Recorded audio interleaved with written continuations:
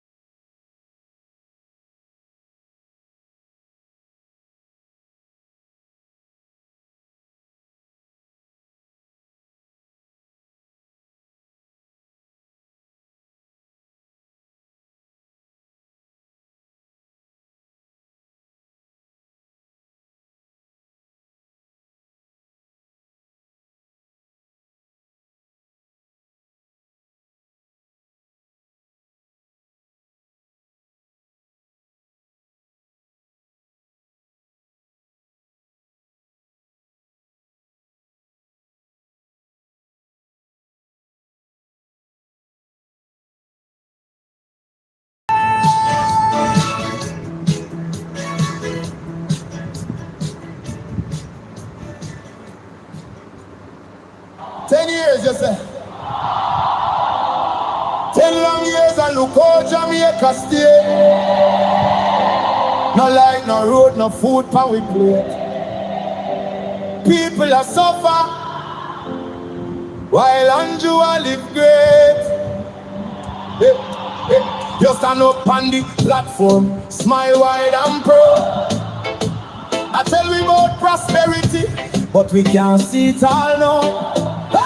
Hurricane come through, Andrea. all of the people here. How you doing, darling? 6 months later, them still out there, asleep under the air. Their JLP friends, them build high rise, road still full of wood.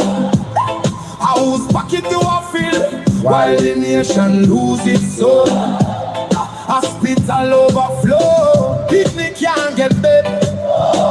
School roof a leak, but you and Juliet, well fed. You always have excuse, always pass the blame. Every time something wrong, it never go in your name. Jamaica a drown and you claim you're unclean. Biggest actor in our politics we ever see. Holness, time to go, time to go. The people, we stand up 10 years and we can't take no more. You know you're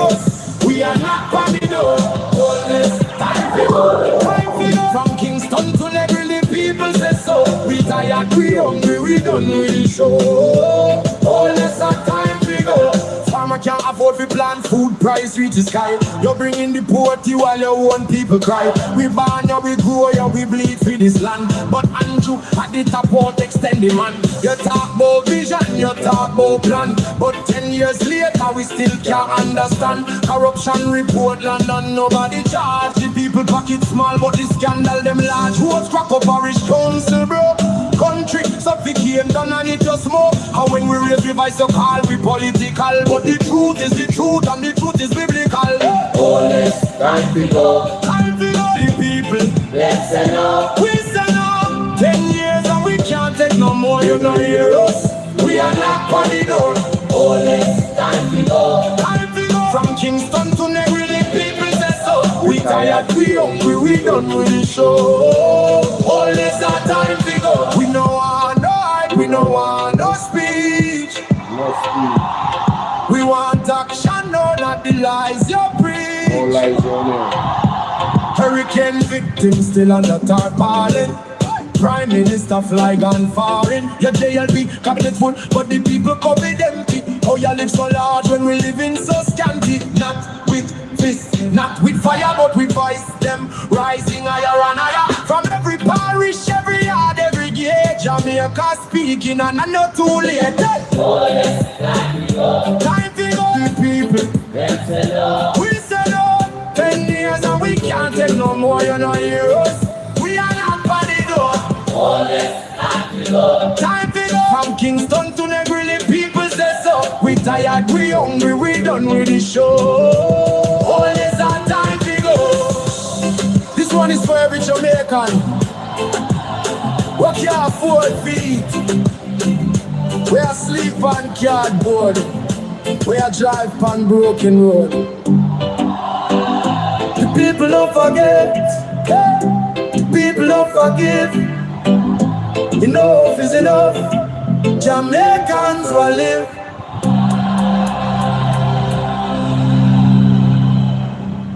"10 years, you say.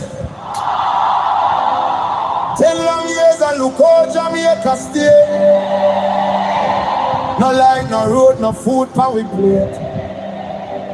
People are suffer while Andrew a live great. You stand up on the platform, smile wide and proud. I tell we about prosperity, but we can't see it all now. Hurricane come through, and left the people bare.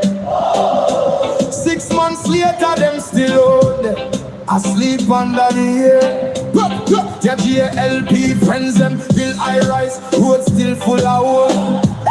House pocket to a field, while the nation lose its soul. Hospital overflow. Good to see you again, Andrew. Thanks for joining. Now, the Supreme Court.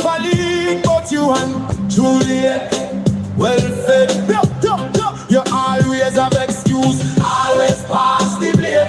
Every time something wrong, it never go in your name. Jamaica a drown and you claim you're unclean. Biggest actor in a politics we ever see. Holness, time to go. Time to go. The people, we say no. 10 years and we can't take no more. You know, hear us. We are not on the door. Holness, time to go. Time to go. From Kingston to Negri, the people say so. We tired, we hungry, we done with the show. Holness, our time to go. Farmer can't afford to plant, food price reach the sky. You're bringing the poverty while your own people cry. We born you, we grow you, we bleed for this land. But Andrew at the top won't extend the man. You talk about vision, you talk about plan. But 10 years later we still can't understand. Corruption report London, nobody charge. The people pocket small but the scandal them large. Votes crack up parish council bro. Country suffocate done and it just more. And when we raise revise so call we political. But the truth is the truth and the truth is biblical. Holness, time to go. Time to go the people. Let's say no. We say no. 10 years and we can't take no more. You know hear us. We are not on the door. Holness. Like and share the live, guys. Please, thank From you. Kingston to Negri, the people say Thank so. you. We tired, we hungry, we done with the show. Holness, our time to go. We no want no hype, we no want no speech. action, no, not the lies you preach. Hurricane victims still under tarpaulin.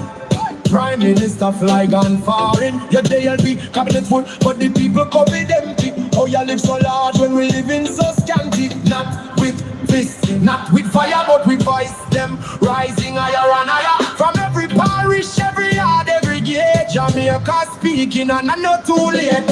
Holness, time to go. Time to go, the people. Them say no. We say no. 10 years and we can't take no more, you know, hear us. We are not panic though. Holness, time to go. Time to go. From Kingston to Negril, people say so. We tired, we hungry, we done with the show. Holness, time to go. This one is for every Jamaican. Walk your 4 feet. We are sleep on cardboard. We are drive on broken road. The people don't forget. The people don't forgive. Enough is enough. Jamaicans will live.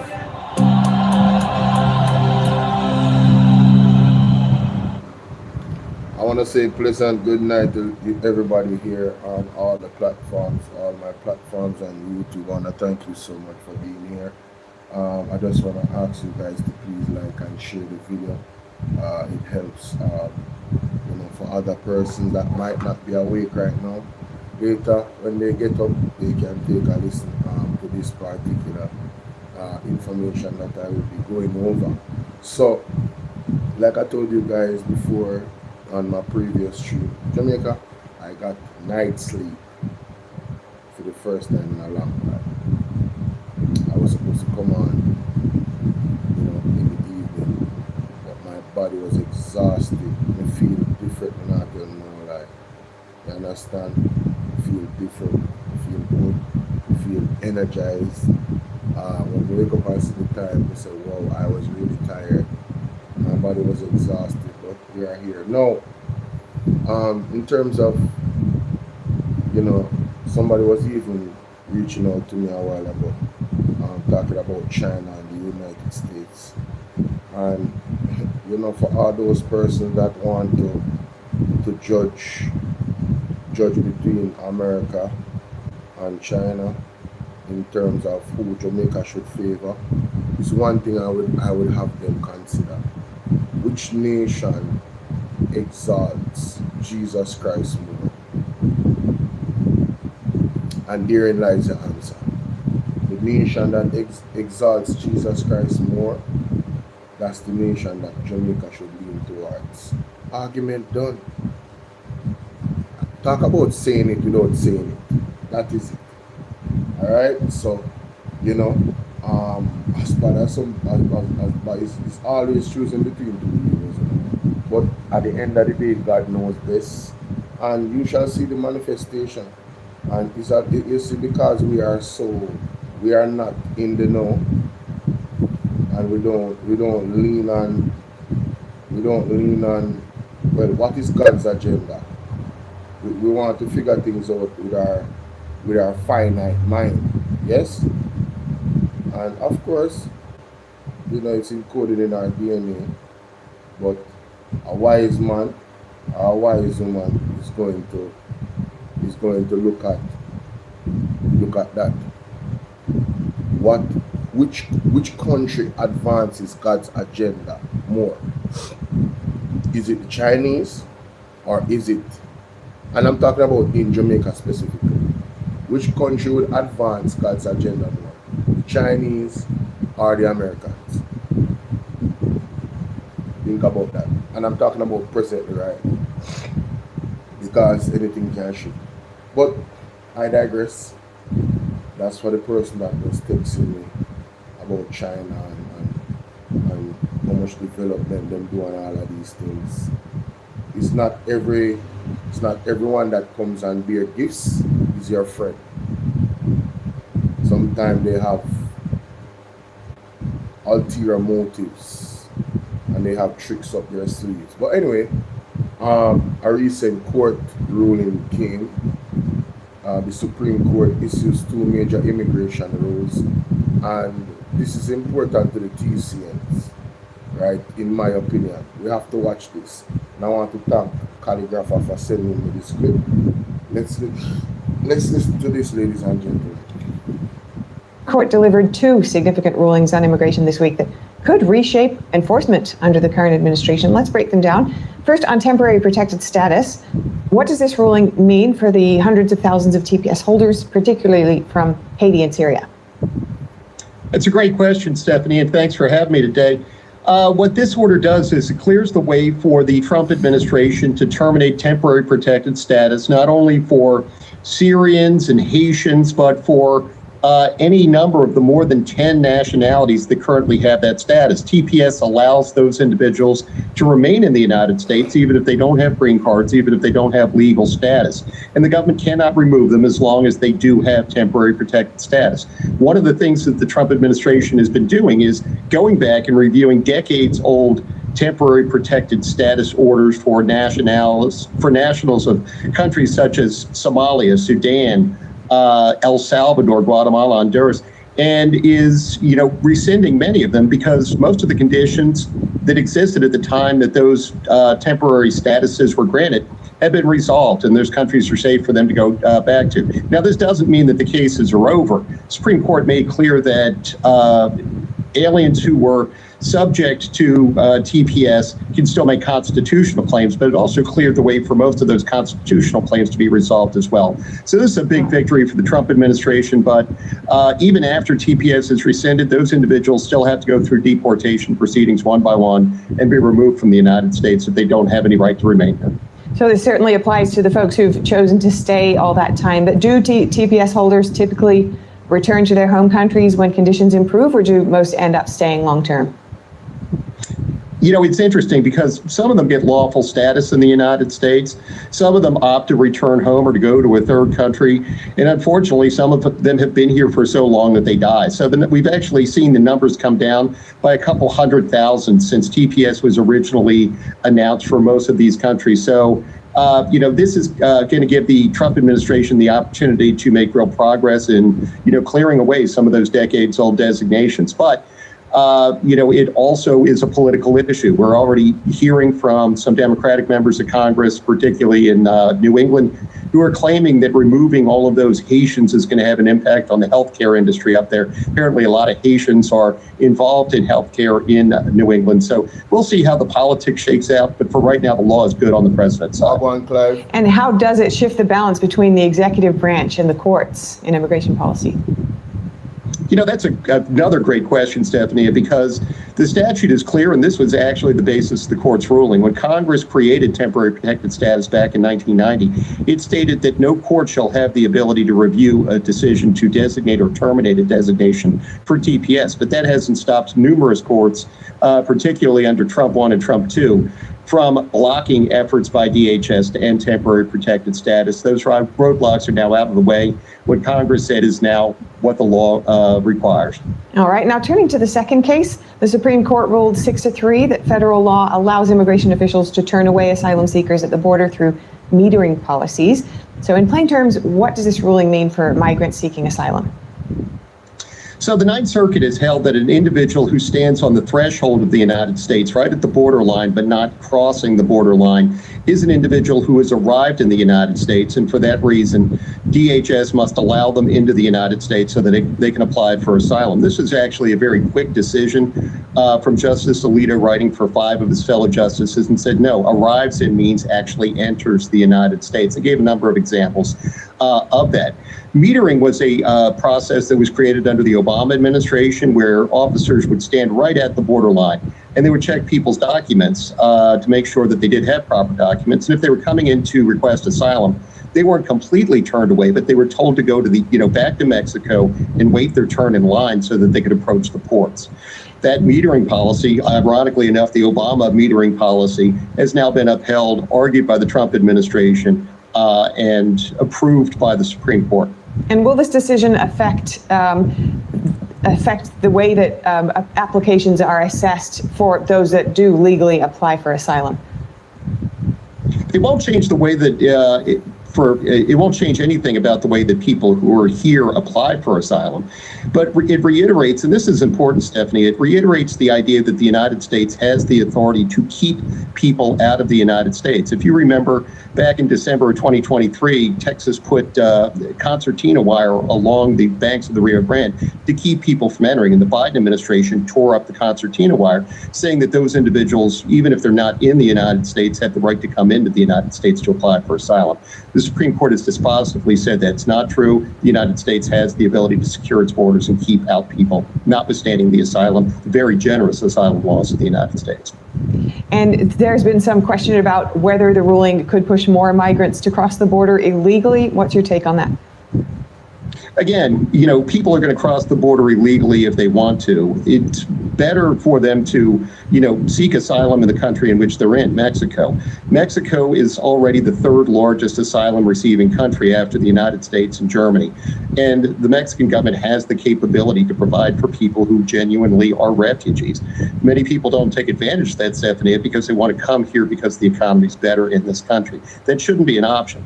But yes, people will cross illegally if that's what they desire. But in a related story, it turns out that CBP Director Rodney Scott announced that more than 21,000 Border Patrol agents have now been hired or now on the line. And we've got about another 100 miles with the prospect of another 700 miles of border wall. So getting into the United States is going to be a lot more difficult. And the ports of entry waiting on the other side for your turn is probably going to be the only option for most people coming here to apply for asylum. And as we finish up, do you expect to see many legal challenges to these two decisions from yesterday? It's funny because when the Supreme Court speaks, the lower courts are supposed to listen. But one of the points that Justice Alito made, who also wrote the TPS case, was that, the Supreme Court had already signaled the lower courts with respect to TPS, how it should handle these cases, and that it really doesn't have much jurisdiction. Those courts didn't listen, and so the justices had to bring down the gavel of justice on those lower courts. Hopefully they fall in line. Hopefully they listen to what the Supreme Court says, but there's no guarantee of that. Watching it all closely, really appreciate your time and your expertise. Andrew Arthur, thank you so much. Thanks so much for having me, Stephanie.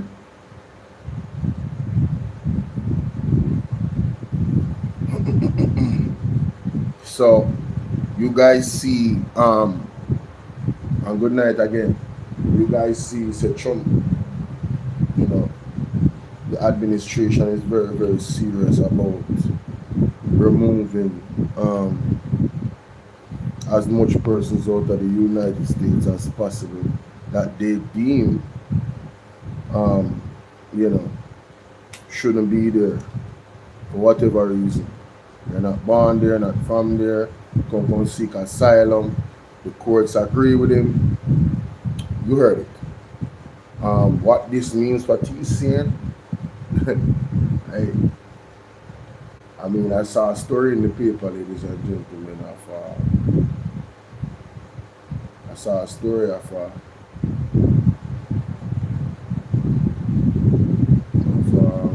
some guys in the United States, some Jamaicans that got caught. And I'm telling you, it's not good for us. You understand? Here's the story. 5 Jamaicans charged in big US sweepstakes fraud scheme. Understand? And you see Carly coming to Jamaica, and you see the harsh or the very firm position that she's taking on certain things. Whether TCNs are here already, I think it further enhances the point of Jamaica has its own issues. Why would we even consider taking on these nationals? They said that there's none of them here yet. You see it, but let me read the article real fast, guys. eGleaner Classifieds mobile apps. Sign in, subscribe now. 5 Jamaicans are among 6 people indicted in the United States, U.S., over an alleged multi-million-dollar sweepstakes fraud scheme that prosecutors say primarily targeted elderly Americans across the country. According to the U.S. Attorney's Office for the District of Connecticut, the accused are Andre John Gale, 33, of Fort Lauderdale, Florida; Aaliyah Main, 25, of Dania, Florida; Onage Shevers, 29, of Dania, Florida; Matthew Hutchinson, 24, of Williamsburg, Virginia; and Courtney Reynolds, 31, of Miami, Florida. All 5 are Jamaican citizens. The 6th accused, Rashawn Thompson, 24, of Fort Lauderdale, is a U.S. citizen. Federal prosecutors allege that, in 2022, the group operated a fraudulent publishers clearinghouse sweepstakes scheme that defrauded primarily elderly victims of millions of dollars. Investigators say the defendants and others purchased lists containing the names of elderly individuals across the U.S., including Connecticut, and falsely informed them they had won millions of dollars in a publishers clearinghouse sweepstakes. Victims were allegedly told they first had to pay taxes or processing fees before claiming their prizes, and were instructed to send cash, checks, and money orders to members of the conspiracy. The indictment also alleges that some victims were manipulated into participating in a so-called sponsor program, where they unknowingly forwarded money to other victims and members of the fraud ring after being falsely told the funds came from previous sweepstakes winners. Authorities further claim that victims surrendered driver's licenses, banking details, and other personal information that were used to make unauthorized purchases. Prosecutors also allege that Social Security benefits belonging to victims were diverted into green dot accounts controlled by members of the scheme. A federal grand jury in New Haven returned the indictment on June 2nd, charging all 6 defendants with conspiracy to commit mail and wire fraud, 5 counts of mail, 4 counts of wire fraud, and conspiracy to commit money laundering. Each offense carries a maximum prison sentence of 20 years. Main, Shevers, and Reynolds were arrested on June 4th, Thompson on June 5th, Hutchinson on June 9th, and Gale on June 10th. Gale, Hutchinson, Reynolds, and Thompson appeared before a federal court in Bridgeport on Friday, where they pleaded not guilty and were released on $250,000 US bonds. Main and Shevers remain in custody. As alleged, this was an organized sweepstakes scam that ruthlessly preyed upon the vulnerability of our elderly citizens to defraud them out of millions of dollars, said U.S. Attorney David X. Sullivan. He also cautioned the public that legitimate sweepstakes winners are never required to pay upfront fees or taxes to receive prizes. The case is being investigated by the Internal Revenue Service Criminal Investigation Division and the U.S. Postal Inspection Service, with assistance from several other law enforcement agencies. The U.S. Attorney's Office, in the meantime, is emphasizing that the indictment contains allegations only and that all 6 defendants are presumed innocent unless and until proven guilty in court. Either way, this is not good for Jamaica, these types of situations, in terms of our reputation, you understand? Well, I tell you, when it rains, it pours, Jamaica. But, you know, I saw something very positive. You guys remember Nature Job, right? And this is what I mean when I say Jamaica government, when it comes to energy problems that we have here, and also, you know, simultaneously protecting the environment. Let me play this for you. This is incredible. Humanity, we have done it. Take a look at this. This is the world's first solar trailer with solar panels on the top, solar panels on the side that click out with hydraulics. And what is this going to power? The world's first mobile, solar, continuous, microwave, pyrolysis, reactor, Mark V, baby. That's right here. We are making it happen, ideas into reality. Just a few months ago in December, this was a sketch. And now it is before us. And thanks to all of my friends, Teasy for the people, Freddie, S. Everybody that's made it out to Woodstock, Melton Meadow, Anthony, Cowie, everybody, all the family. We are making this happen. And guys, I'm telling you, Before you know it, you're gonna see this on the road, the first mobile reactor. This is a nonprofit effort. We do this 100% through donations and sponsors. Go to jabinnovations.org to become a part of this mission. But I'm serious, guys. We're gonna be pulling in 13,400 watts of solar every hour, 100 kilowatt hours of batteries from big battery that we're gonna sit amongst here, hydraulics that will lift this up and down. All of the solar panels were sponsored by Santan Solar. They have given us all 24. We're gonna throw 8 more on the top and 8 more on the other side. This thing is going crazy. What do you guys think about this thing? Just standing beside it, like it's here. This is it. We doing it. We are doing it. It's no joke. This is reality. Like this trailer is 12 and a half foot tall. Legit, man, hold this camera. Let's get this reference. Like this. Let's get this reference shot of how tall this is, man. Crazy. This is an album cover right here, man. Like who has nobody has a trailer like this in the world. I have the biggest solar trailer in America. The biggest one. Hop along. But yeah, seriously, like, it's crazy. These solar panels, they're friction fitted right now. They're not bolted down. So when we bolt them down, they're going to be even stronger all the way through. It's a blessing. I want to thank everybody that's made it possible up to this point. We're not done. We still got so much more to do. But just to see it in reality right here is so motivating because we do so much background work that we don't throw online, that we don't show. And I just want to say I love and appreciate every single person, every one of you that donate, every one of you that watch, every one of you that like, everyone that comes out to this build site. It takes time, spends gas to get out here. I'm not able to reimburse them yet till the thing is done. But guess what? It's about to be done. We're going to finish up the other side, guys. Thank you so much. Mark 5 is here for the world, for the people, and go to jabinnovations.org to donate to my nonprofit to make this a reality. So this brother right here, for those who don't know, this is Nature Jab. Nature Jab, J-A-B. You guys can go look him up. He made a machine that turns plastic into oil.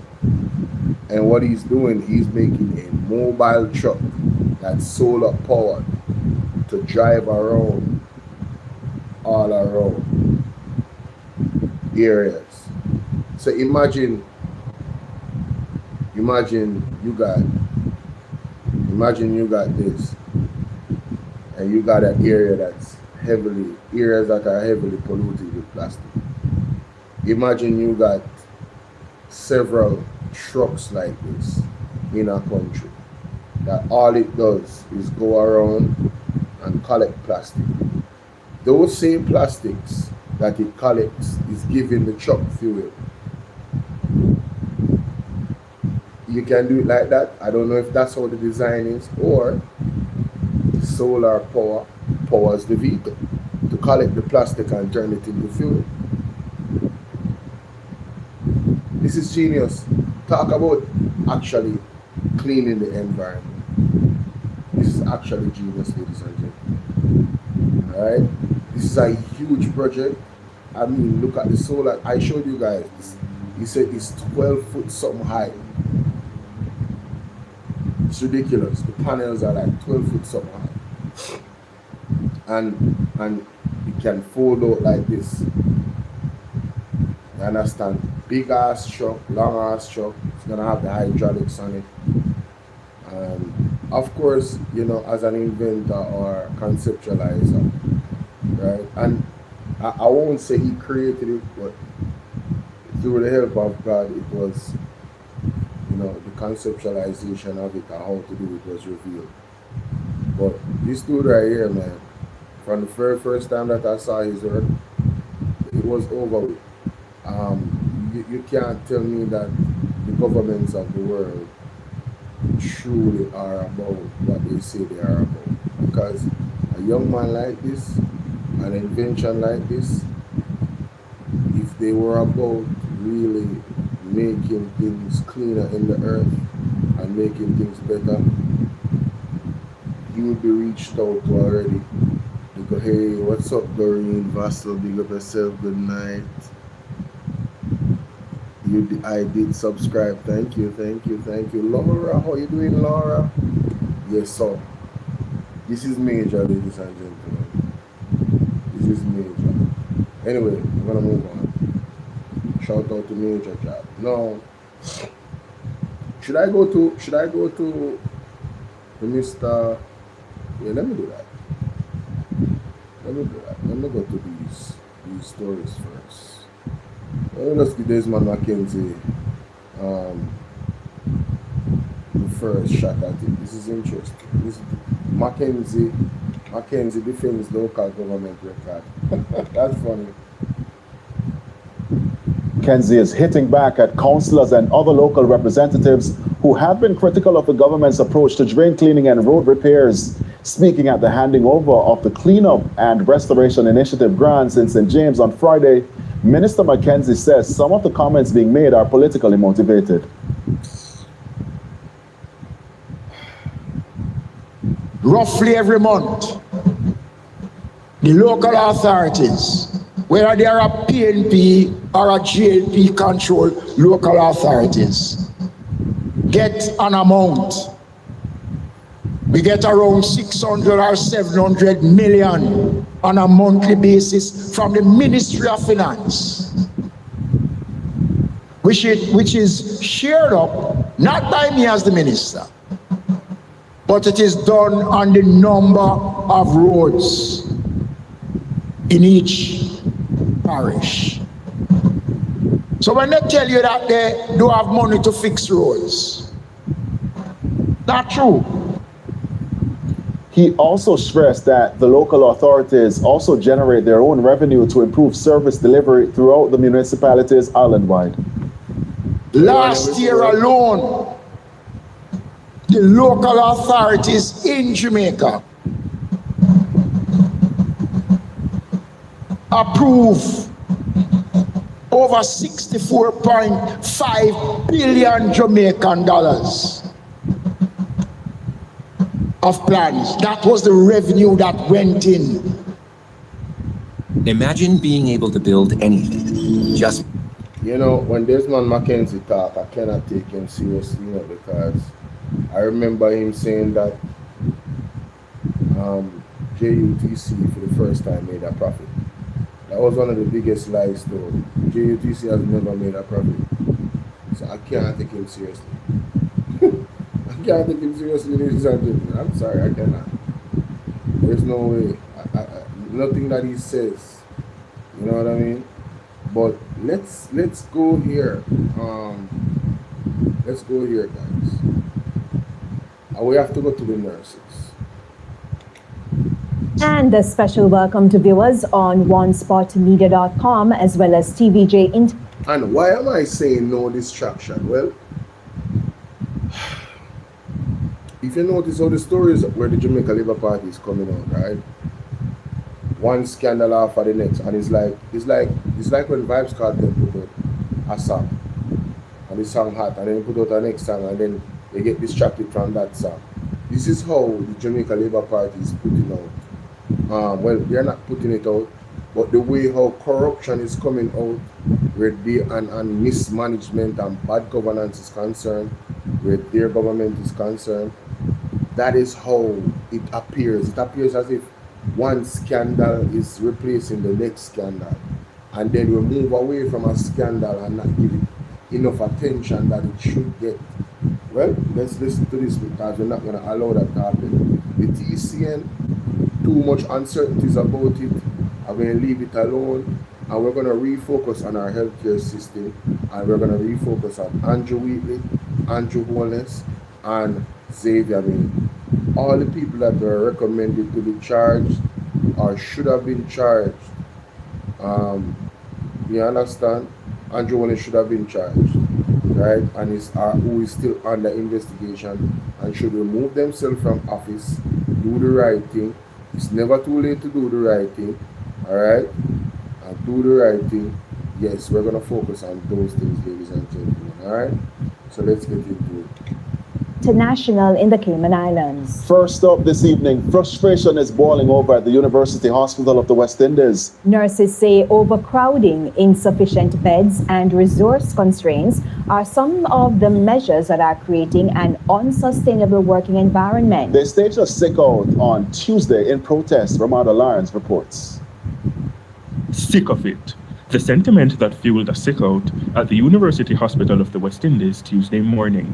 An unsafe work environment, overcrowding, a lack of resources. Some of the issues nurses want scrubbed from the healthcare sector. This was the new emergency room, and it was operation set the record straight. This is not about the money.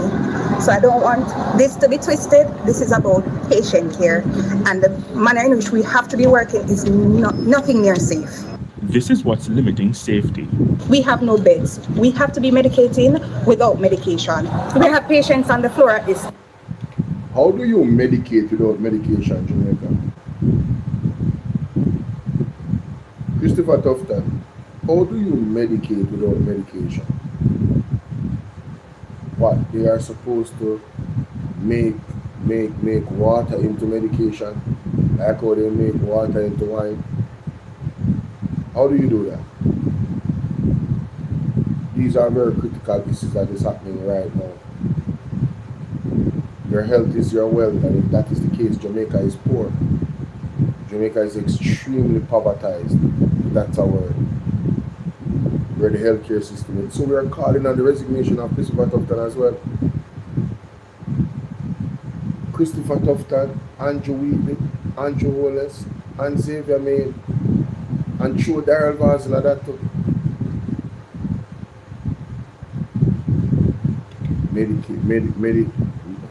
The working is nothing near safe. This is what's limiting safety. We have no beds. We have to be medicating without medication. We have patients on the floor at this time. This cannot be acceptable. Another says patient care isn't just about resources, but also the bodies on the ground at any given time to use said resources. So if you have one nurse to 20 patients, some of those patients are going to be left behind. That's the truth. That's the hard truth. So one nurse can do so much and no more. So we want spaces on the ward and functioning beds on the ward that can take the patients from us at A&E. On the list of what's lacking, an ECG machine, needles, syringes, medications. We have to have patients there that need emergency medications and we cannot administer them because they are not available. Or some of us would walk to the wards to see if we could get them. We have patients to get blood and we have to walk the whole hospital just to source one blood line. Just also the bodies on the ground at any given time to use said resources. So if you have one nurse to 20 patients, some of those patients are going to be left behind. One nurse to 20 patients, ladies and gentlemen. The nurses are being asked to do the impossible. Multiple people are going to be left behind. So if you don't have a bad case, and the nurse should prioritize somebody that has a worse case, by the time the nurse gets the time to come on back to you, then you're probably going to be in a similar position as that other person. Right? The truth. That's the hard truth. So one nurse can do so much and no more. So we want spaces on the ward and functioning beds on the ward that can take the patients from us at A&E. On the list of what's lacking, an ECG machine, needles, syringes, medications. We have to have patients there that need emergency medications. Needles, syringes, these are basic stuff in Jamaica. Basic stuff. How on God's green earth is Christopher Tufton still a minister, the minister of health? How? Makes sense then call him the minister of death, because all of these conditions are going to promote death. Period. And we cannot admit. We have the ward that can take the patients from us at A&E. On the list of what's lacking, an ECG machine, needles, syringes, medications. We have to have patients there that need emergency medications and we cannot administer them because they are not available. Or some of us would walk to the wards to see if we could get them. We have patients to get blood and we have to walk the whole hospital just to source one blood line. Patients need blood and they have to walk the entire hospital to source one bloodline. Wow. Wow. This month, Tourism Minister Edmund Bartlett spoke to the need for a properly functioning healthcare system. Every time a visitor arrives in Jamaica healthy and leaves healthy, we have strengthened our brand.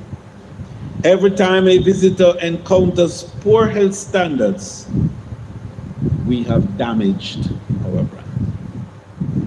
However, this nurse detailed several incidents where local patients were jeopardized just yesterday. The place was so packed. I have a patient, an elderly 88-year-old patient with a right hip fracture. She was sitting in a wheelchair. I had a lady who came with an ectopic pregnancy. She was in a wheelchair. I had another patient who had diabetes, and she was in what we call diabetic ketoacidosis. I had to put in what we call a urinary catheter. I had to put she in a wheelchair. I had to put the lady up, leg on the counter, and one foot to the other side, and a two nurse tried to put in the urinary catheter. That is impossible. We are expected to be functioning as octopus, and we're expected to be giving. They are expected to be functioning as octopus. Jesus. Oh my God. Oh my God. Wow. Wow. On the counter, and one foot to the other side, and a two nurse tried to put in the urinary catheter. That is impossible. We are expected to be functioning as octopus, and we're expected to be giving total patient care in an emergency setting. This is the only emergency room that has a ward assigned to it. It is not just a yesterday issue, it's a chronic issue here. We have been dealing with it and we have been trying to make blood out of stone, and it's not, we just cannot do it anymore. We are fed up, we are tired, we are overstimulated, we are overworked. Now, the Nurses Association of Jamaica says there's a continuous blame game on nurses when things go sideways. I am awaiting further information from the university nurses, but I am told this morning that the morning shift did not relieve the night shift. And it's a gentle protest in relation to certain working conditions and the staff-patient ratio. Romarda Lyons, TVJ News. So you're here with all of the issues that Wagwan Queen can do, with all of the issues that are there, then find a way for them, the nurses then. How cowardly by the administration. All these issues at you know what Christopher Tufton has not done yet? Fired one of the Manchester boys. That's what he has not done yet. Fitzgerald Mitchell that refused to come to the PAC meeting.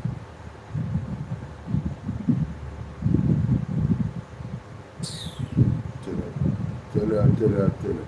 These are the things that we need to focus on. This is me on day one since my son.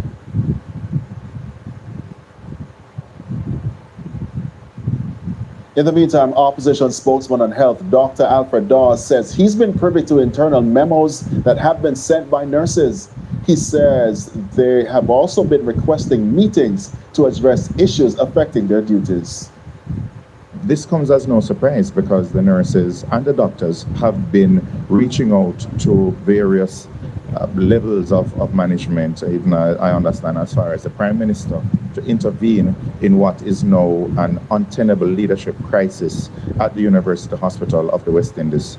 This situation, it's almost as if the nurses are at a breaking point, the doctors are at a breaking point, and there is a call for a change in the leadership of the University Hospital. The time for blockades and tying out the staff by saying that you're going to look at review committees' findings and so on, that's far gone.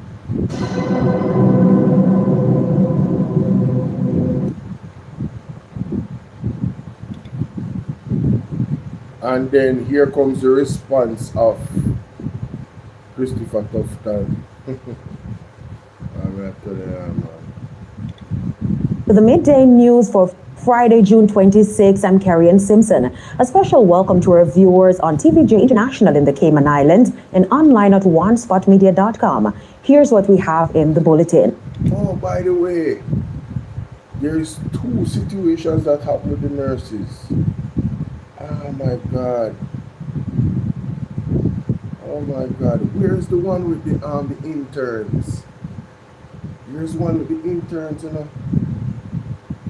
But let me hear with Christopher Tufton as JMDA welcomes swift action on intern concerns. Malvern Park residents at breaking point over sewage situation. And later in sports, the 2026 FIFA World Cup continues today with 6 matches across groups G, H, and I. Thank you for joining us. Now the details. Up first this afternoon, the Jamaica Medical Doctors Association, JMDA, says it is encouraged by Health Minister Dr. Christopher Tufton's response to concerns raised by medical interns over long hours, staff shortages, and inadequate rest facilities. Some interns withdrew their services on Wednesday in protest, prompting the Health Minister to order immediate action, including audits of internal accommodation across the regional health authorities, and the University Hospital of the West Indies. Now, the JMDA says it has been invited to participate in one of the audits and that normal operations have now resumed. First, Vice President of the association, Dr. Jubilee Brown, described the minister's response as a step in the right direction. Think big. A step in the right direction, and then a month later, we are faced with the same problem. But let's continue. Jamaica and Guyana could soon deepen cooperation. Alright, we know how you about that. When I come for that, I come specifically for this story. Now, clergy decree hospital suffering. So it's one of the newest articles. This was June 28th, 19 hours ago. Right? So we know, we are realized that the clergymen never come out from what they are.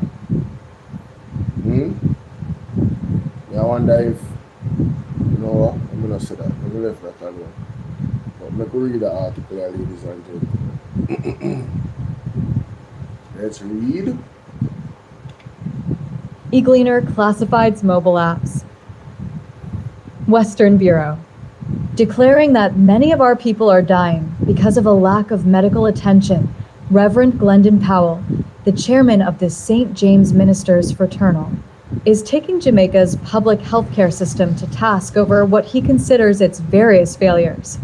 Powell was particularly harsh about the situation at the Cornwall Regional Hospital, pointing to lengthy wait times, shortages of doctors and nurses, overcrowded facilities, and inadequate ambulance services.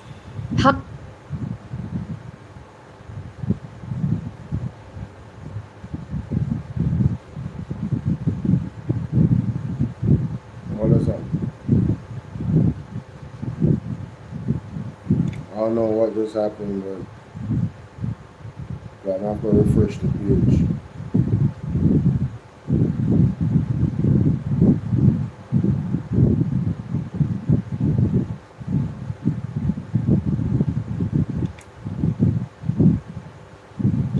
Let's refresh the page. I don't know what happened. Discover more. Shipping news updates.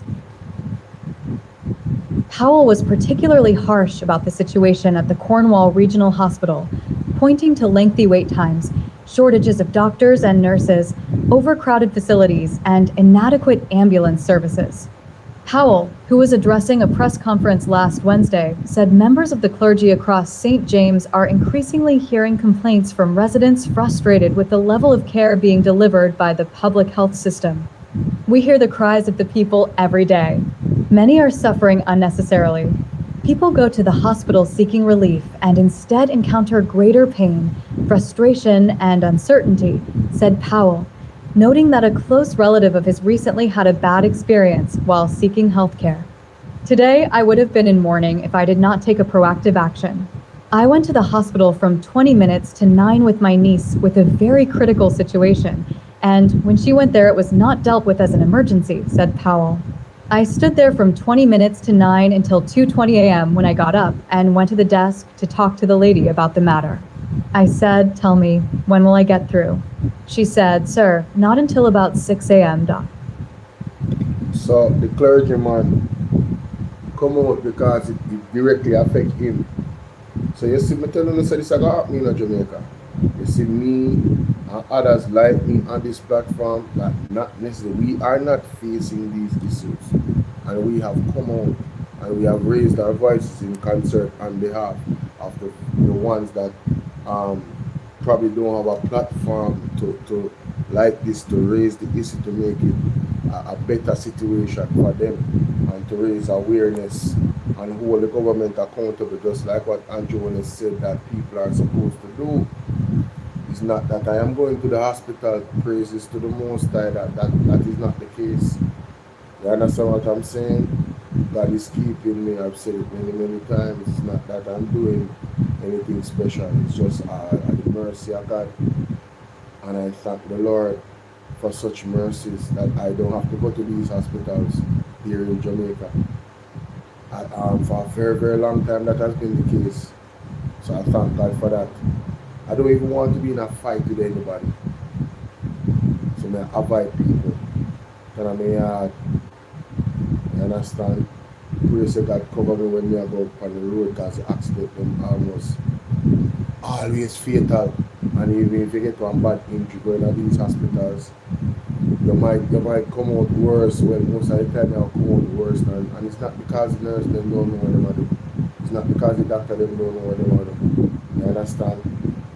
Each case is different, but the system itself is not being given the tools necessary to work effectively. Whether it be enough nurses and doctors or equipment or whatever the case might be. That's why people have to wait from 9 p.m. to 6 a.m. in the morning before they get through. You hear what the man said right there, son? The man said, "Oh, today I would have been in mourning if I did not take proactive action." That means his family member would have died. And this is a clergyman. So if he's having this experience, can you imagine how many other persons are having similar experience? It's unbelievable, ladies and gentlemen, but it's happening. I had to make an executive decision with her husband to let us bring her home, let her get some rest, and get her on the plane the next morning, continued Powell. By the time she reached Florida, 7 doctors were around her. She went into the ICU, intensive care unit. Today, my niece is alive and well. Powell also questioned the level of emergency medical resources available in St. James as it relates to ambulances. There are only 2 ambulances I understand that are working in St. So Jamaica, the clergyman could afford to send his daughter to Florida, and as soon as she reached there, 7 doctors were around her. I know she's good.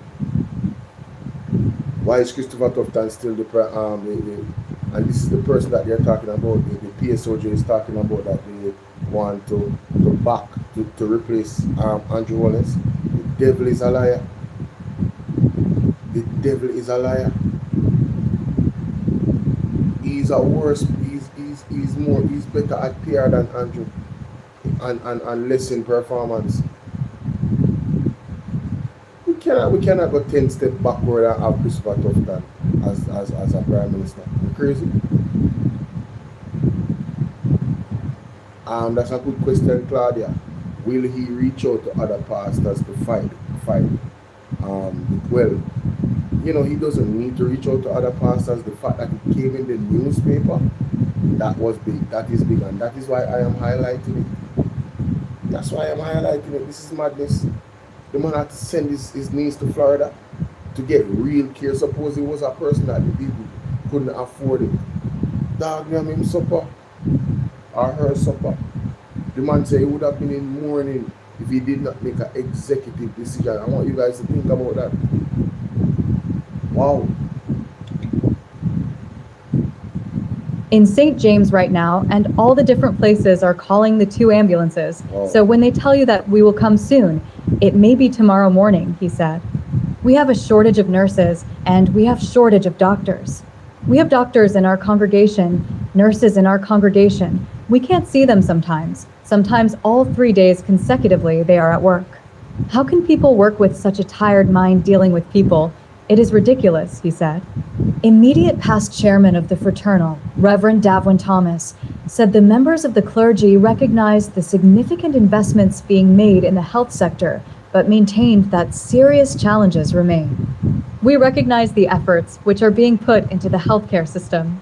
For example, the National Health Fund, NCHEF, and many poor Jamaicans, and even middle-class ones have benefited from the NCHEF.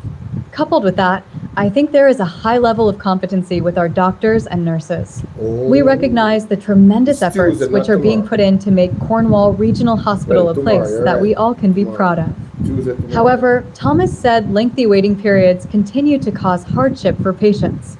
A hospital is a place where we go to relieve our suffering. It's very hard to go there and to encounter greater suffering, he said. We see elderly people who have served this country for years, and they are sitting on chairs for 3 consecutive nights, and sometimes when they get weary, they just lay on the floor. Thomas also raised questions about whether Jamaica's free healthcare model is financially sustainable, suggesting policymakers examine possible alternatives, including modest user fees or greater utilization of health insurance coverage. Secretary of the fraternity, Reverend Godfrey Francis, said the leadership of the various denominations and faith-based ministries are constantly confronted by stories of hardship from residents seeking medical care. We get these cries every day as ministers.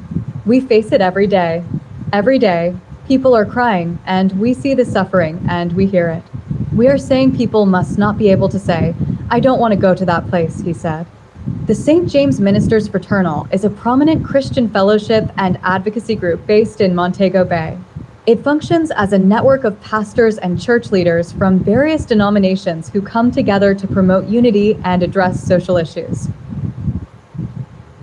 So, well, they are in St. James, so you hear what they said a while ago. It's a network of pastors and churches from various denominations who come together to promote unity and address social issues. So I guess these clergymen, they are advocacy group. You understand? So this is what they do. Was somebody calling me or whatever?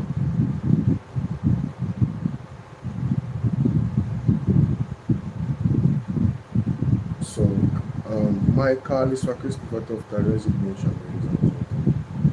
No apology. I'm still calling for that. It's absolutely insane what is going on, right?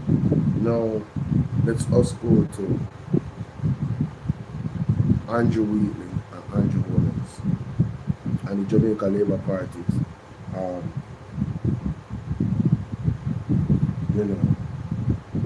Their war against the IC.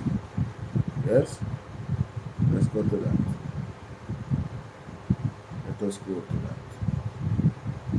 Because I think a lot of people need to be reminded of what Mr. Panton said. Where is it, man? Oh, right there. And of course, to make his opening remarks. This is meant overseas. It's something that had been rescheduled because of an earlier date that had been agreed for this meeting. Hi, Merle. Good morning. Our meeting date was changed. Trying to wake up my mother. She had to reschedule for yesterday, where she was going. And she's returning today, but not in time for us to have her here. I want to introduce the members of the commission who are present, the other members. Mr. Justice Hibbert, Mr. Eric Crawford, and Mr. Wayne Powell, sitting the other directors. Now, before introducing the report which we have already sent, Mr. Chairman, I'd just like to say that the commissioners have noted over the past couple of years that remarks have been made. Hi Empress Norma, how you doing now? First person to type on Bolo TVV. Thank you so much for being here, my darling. Hope all is well. And big up all of the silent watcher them same way. All of you that hit the like button, thank you guys so much. I appreciate it. Let's continue. That the commission is partisan and that the commission, that there is malice in its operations. I'd just like to point out that the persons who made those statements know that it is not true. They know that we know it is not true. And they know that Jamaicans know that it is not true. There's a situation where 70% of the persons on the voters list do not vote. And it is startling that it could be suggested that the 5 commissioners happen to be partisan. So we reject that.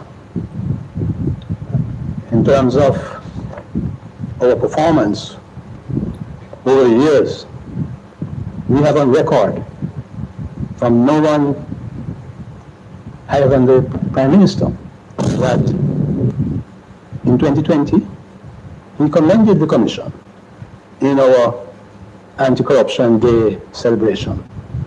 He said, under the leadership of Chairman the Honorable Mr. Justice Seymour Panton, the Commission continues to distinguish itself, operating without fear or favor in pursuit of a just and corruption-free society.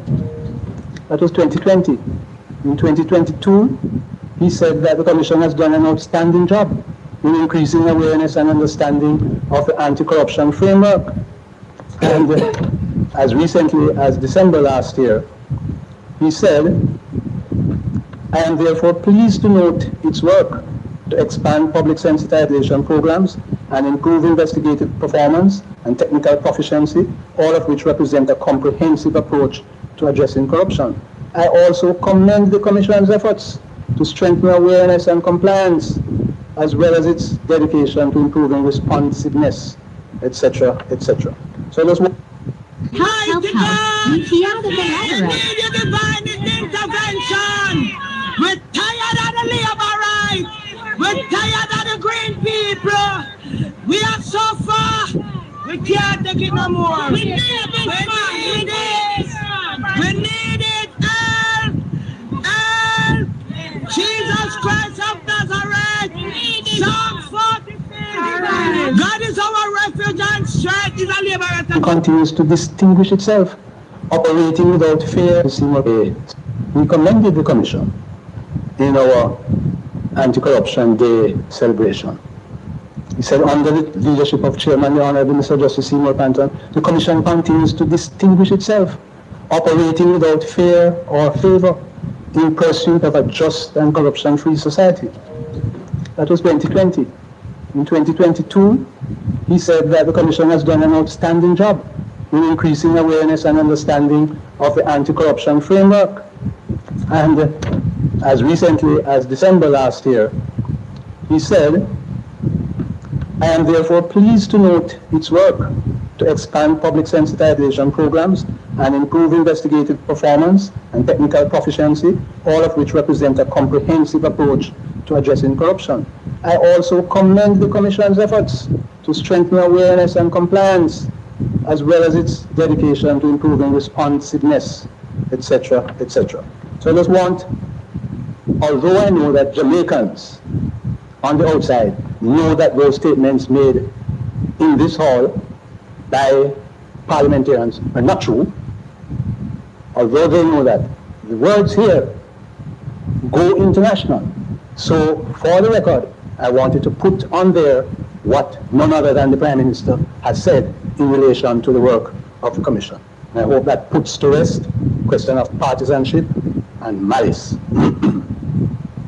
As regards some other statements made in this room about giving orders. The Commission takes orders from no one other than the court. and it needs to be adjusted. The commission takes orders from no one other than the court. Of course, there is God-given orders which we all obey. And I hope, Mr. Chairman, that the persons who were making those statements, that they will desist. Desist. Because that's right. It fuels, such statements fuel a sort of mood among sycophants. And in the kind of society in which we live, we need to understand that persons should be very careful of what they say. There was a member of parliament who was actually, Mr. Chairman, sent out a document with the photographs of 4 of us saying that we are bringing down the government. Now, in this climate, for a member of parliament to be doing that, it's reprehensible. And I have not heard any parliamentarian condemn it. And they're parliamentarians sending out WhatsApp notes of all sorts of reprehensible things. And I hope that somebody will take the leadership to correct them. We on the commission, we are committed to doing what the legislation permits us to do. That is what is happening. And it is not fair for the employees to be set in a stage where they can be set upon. So I trust. Who is the employees? Who is the employees? The Integrity Commission is the employees of the government.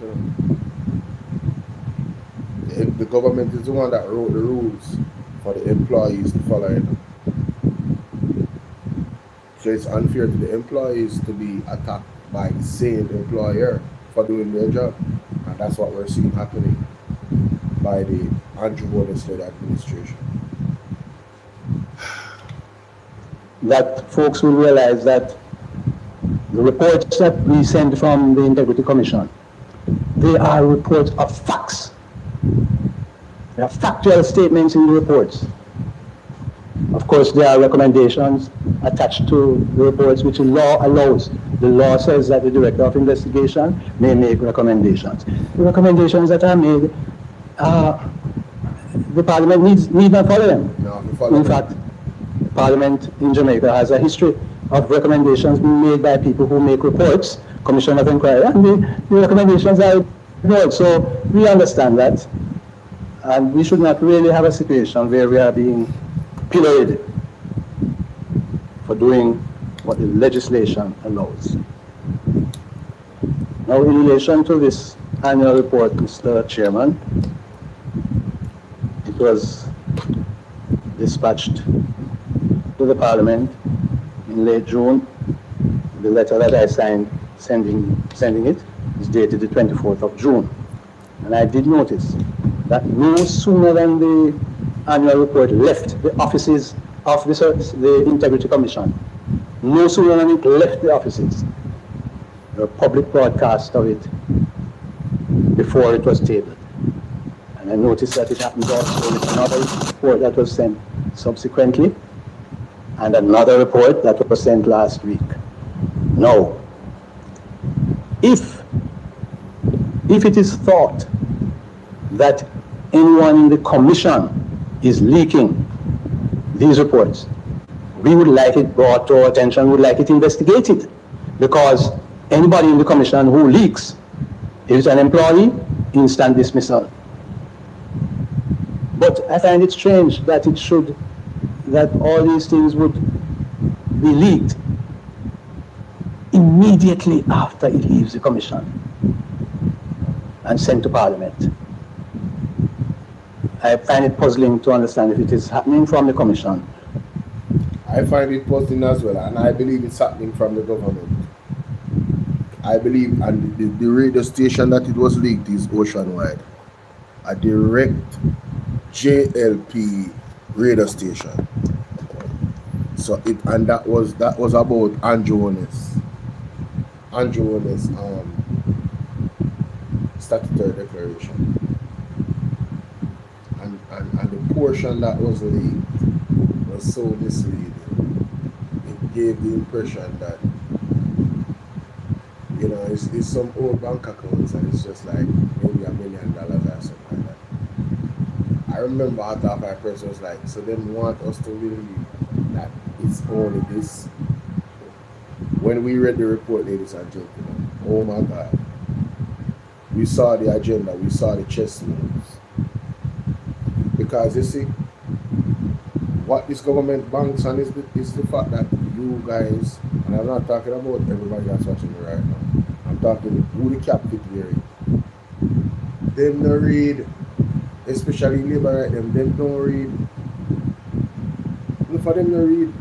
Them not looking at the report, them just want to hear Ocean White say, oh, you know what I'm saying? I just them bank account and rate.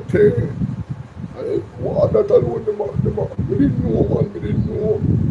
And that alone the government, that alone the IC are trying to $1 million or something like that, and some old bank account they never know. Chairman, that and nothing. So that's why them put it out. If you get the people in that tons mindset them and trick the people in and give them a narrative for hold and pan. Lo and behold, when they read the report, mighty God, you're talking about charity organization I use money for investment on one bag of snow, so all type of atrocities. Colin, how you doing, Colin? Big up yourself. Top of the morning to you. Why is it that it is delayed? The leak is delayed until it is sent away from the office. I cast no aspersions, but I want to add a personal note, Mr. Chairman, if you'll allow me, that back on this question of malice, I have been a lay preacher in the Methodist Church for decades. Malice is not in my makeup, and it is not in the makeup of the commissioners. And there may be persons who need to repent. True, Andrew. And they can join me at church, Providence Methodist, any Sunday. I don't know if something is wrong with the water in Parliament, why some people, the moment they get into Parliament, they say certain things and behave a certain way. I don't know if that is it. As a result,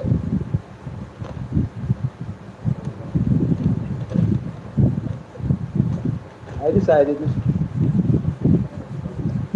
that I wasn't going to take the chance of drinking any water here.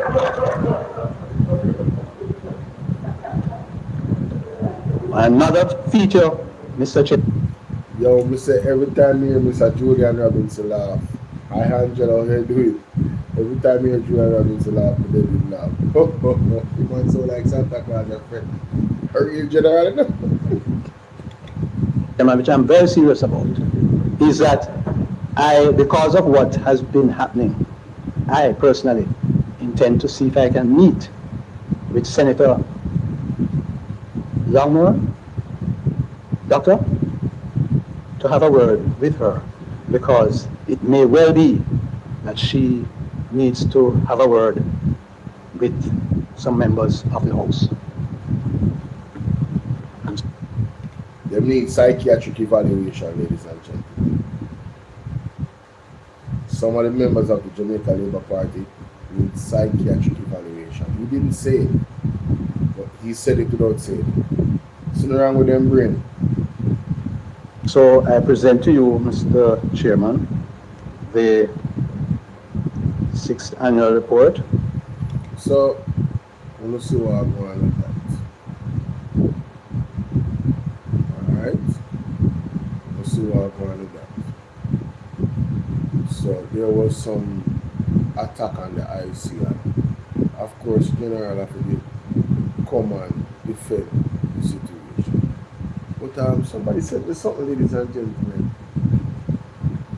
Alright, you hear Andrew Holness say him have all confidence in a Dr. Wheatley. Well, this document that I have here, alright, in the Supreme Court of Judiciary Civil Division, claim number SU 2020 CV 02416, between Dr. Andrew Wheatley and the Integrity Commission. This was 2020, you know? Jamaica, I never knew that Andrew Wheatley, Anna Brown, how you doing? Good night. I never knew that Andrew Wheatley carried the Integrity Commission to court in 2020. Did you guys know this?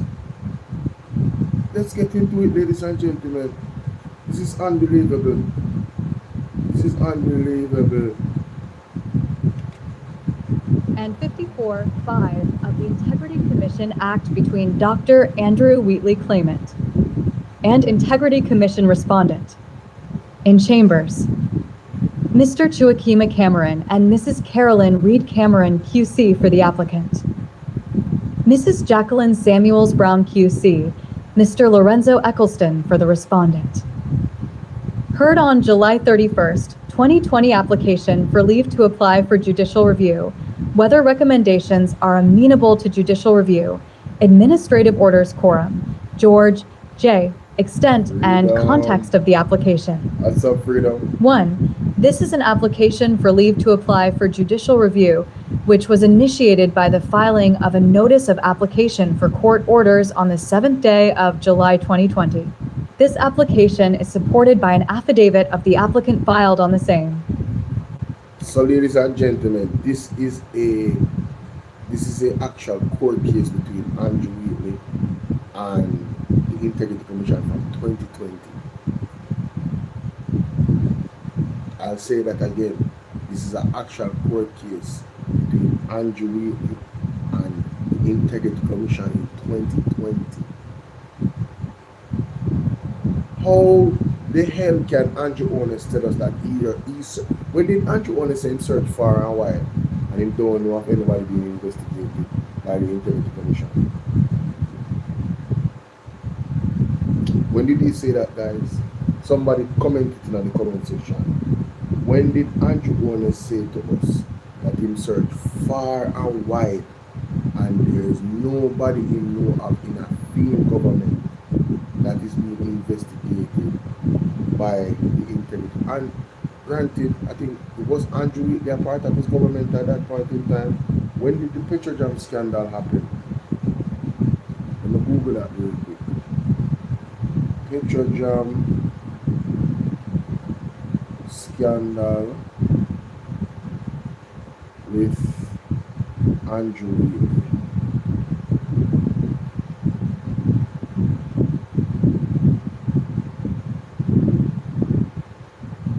Exactly, Merle, you understand?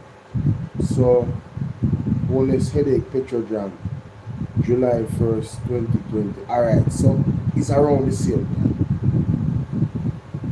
It's around the same time.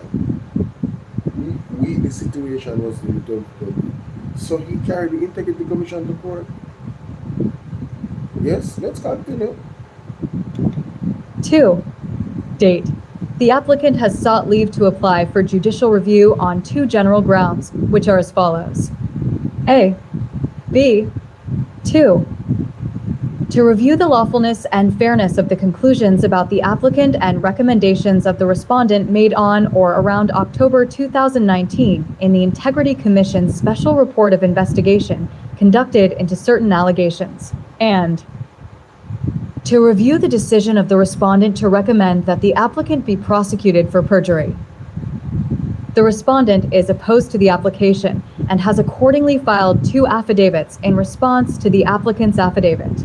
These affidavits were filed on the July 24th, 2020 and the July 30th, 2020 and were sworn to by Sasheen Wrightchin, the chief investigator in the investigation division of the respondent. 3. 4. The applicant's contention is that by virtue of the conclusions, recommendations, and findings of the respondent's director of investigations, the applicant's reputation has been brought into disrepute and he is now facing the possibility of a criminal prosecution as a result of the perverse and irrational conclusions made by the Director of Investigation. Consequent on this, the applicant avers that where a report calls a person's reputation into question in a direct way, both that person and the public generally have an interest in ensuring that any criticism is made upon a proper legal basis. It would be contrary to the public interest if the courts were not prepared to protect the right to reputation in such a context. The respondent's resistance to the application for judicial review is founded on the view that the application is premature given that the recommendation of the Director of Investigation has not been acted upon. In any event, it is advanced that even if the recommendation to refer the applicant in relation to a possible charge of perjury is acted upon and criminal proceedings are instituted against the 3. Applicant. The applicant's grouse can be sufficiently addressed in those proceedings. Background to the proceedings. 5, 6, 7, 8. The applicant was at the material time the Minister of Science, Energy and Technology of Jamaica. Petrojam Limited fell under the purview of this ministry. Sometime in or around May 2018, there were allegations of concerning acts of impropriety and or irregularity, conflict of interest, corruption, nepotism, cronyism, and favoritism at Petrojam Limited. See Report of Integrity Commission, page 4. As a result of this, an investigation was instituted by the respondent through its Director of Investigation. The findings of that investigation are contained in report dated October 2019. The applicant is displeased with a number of the conclusions arrived at by the respondent's Director of Investigation, and as such instituted these proceedings seeking judicial review of those conclusions. Law and Analysis 9, Section 6, 3A of the Integrity Commission Act provides that in the exercise of its powers and performance of its functions under this Act, the Commission shall not be subject to the direction or control of any other person or authority other than the court by way of judicial review. You guys remember when Mr. Pantan said that the Integrity Commission does not take any orders from anybody but the court? See there at this up, Section 6.3. In the exercise of its powers and performance, it is the function under this Act. The Commission shall not be subjected to direction or control of any other person or authority other than the court by way of judicial review. Let me take a screenshot of that. Anytime a laborer come tell you my side, remember Section 6.3a, that proves what Mr. Pantan said is accurate. It was not something that was arrogance. The Integrity Commission under the law doesn't take any orders from the government, only the court by judicial review. Let's continue. Teachable moments. 10. By Rule 56 of the Civil Procedure Rules, judicial review is available to any person, group, or body which has sufficient interest in the subject matter of the application. See Rule 56.2(1). This includes any person who has been adversely affected by the decision, which is the subject of the application. Rule 56.22a. Cases such as Council of Civil Service Unions and Others v. Minister for the Civil Service, 1984, 3 All ER 93519, explores the issue of sufficient interest. The court need not be detained by questions of whether the applicant has sufficient interest or 4. Whether or not he should be considered to have the requisite locus standi, as there is no dispute in this regard between the applicant and the respondent. The respondent takes no issue with whether the applicant has locus standi, being a person who has sufficient interest in the subject matter of this application or, as claimed by him, to be adversely affected by a decision, which is the subject of this application. Para. 20 respondents' written submissions. Arguable ground with a realistic prospect of success. 11. It being accepted that the applicant is a suitable person to seek judicial review. The consideration for the court is whether he has shown an arguable ground with a realistic prospect of success. Before undertaking such a determination, It is of some utility to set out in full the orders which the applicant intends to pursue should leave for judicial review be granted. The applicant has sought to challenge not only the conclusions arrived at by the respondent, but also recommendations made by it. Specifically, the applicant has sought the following. 1. A. B. To review the lawfulness and fairness of conclusions about the applicant and recommendations of the respondent made on or around October 2019 in the Integrity Commission's Special Report of Investigation conducted into certain allegations. In particular, conclusions that Dr. Wheatley was less than truthful and dishonest in his representation to the Director of Investigation when he described Sophia Deere as his former technical assistant. Dr. Wheatley's representation that he divested all matters pertaining to donations within his constituency to the late Councillor Palmer was insincere. The suggestion that strategic placement of certain individuals in key positions at Petrojam Limited served as a corruption-enabling mechanism. So, the Integrity Commission report stated that Wheatley was less than truthful and dishonest in his representation to the Director of Investigation. So from them time, them have him down as this dishonest person. So what Andrew Wheatley think he might achieve by carrying the Integrity Commission to court again? Because as far as me get to understand, which me go read through all of the documents there, me get to understand say he lose the case. Yeah? Very interesting, but I want to hear all of it. We're here for it this morning, ladies and gentlemen. Like and share the video. Right? Dr. Wheatley was less than truthful. Dr. Wheatley represented that he divested all matters pertaining to donations within his constituency to the late Councillor Palmer was insincere. Dr. Wheatley was less than truthful and dishonest in his representation to the Director of Investigation when he described Sophia Deere as his former technical assistant. Hey, yeah, no. Let's continue, Jamaica. This is not normal. Mechanism. 5. C. D. E. F. G. H. 2. An order of mandamus requiring the Director of Investigation to recommend to the Commission to publicly exonerate Dr. Andrew Wheatley of allegations concerning acts of impropriety and nepotism. What can go so? An order of certiorari quashing adverse conclusions, recommendations, and findings made against the applicant that were not grounded in fact nor law. A declaration that the adverse findings and recommendations and criticisms made of the applicant in the report were invalid to the extent that they were founded on invalid findings of fact. A declaration that where a commission calls a person's reputation into question in a direct way, any criticism which is made must be made upon a proper legal basis. A declaration that where a commission makes a finding in the exercise of an investigative jurisdiction, the Commission must base its decision upon evidence that has some probative value. A declaration that the applicant had a legitimate expectation that the respondent would have conducted the investigation in a manner which achieves transparency, accountability, and fairness. To review the decision of the respondent to recommend that the applicant be prosecuted for perjury and, in particular, the applicant will seek the following administrative orders. A. An order of certiorari to quash the decision of the Director of Investigations to refer the issue of the representations made by the applicant concerning Ms. Sophia Deere to the Director of Corruption Prosecution. 6.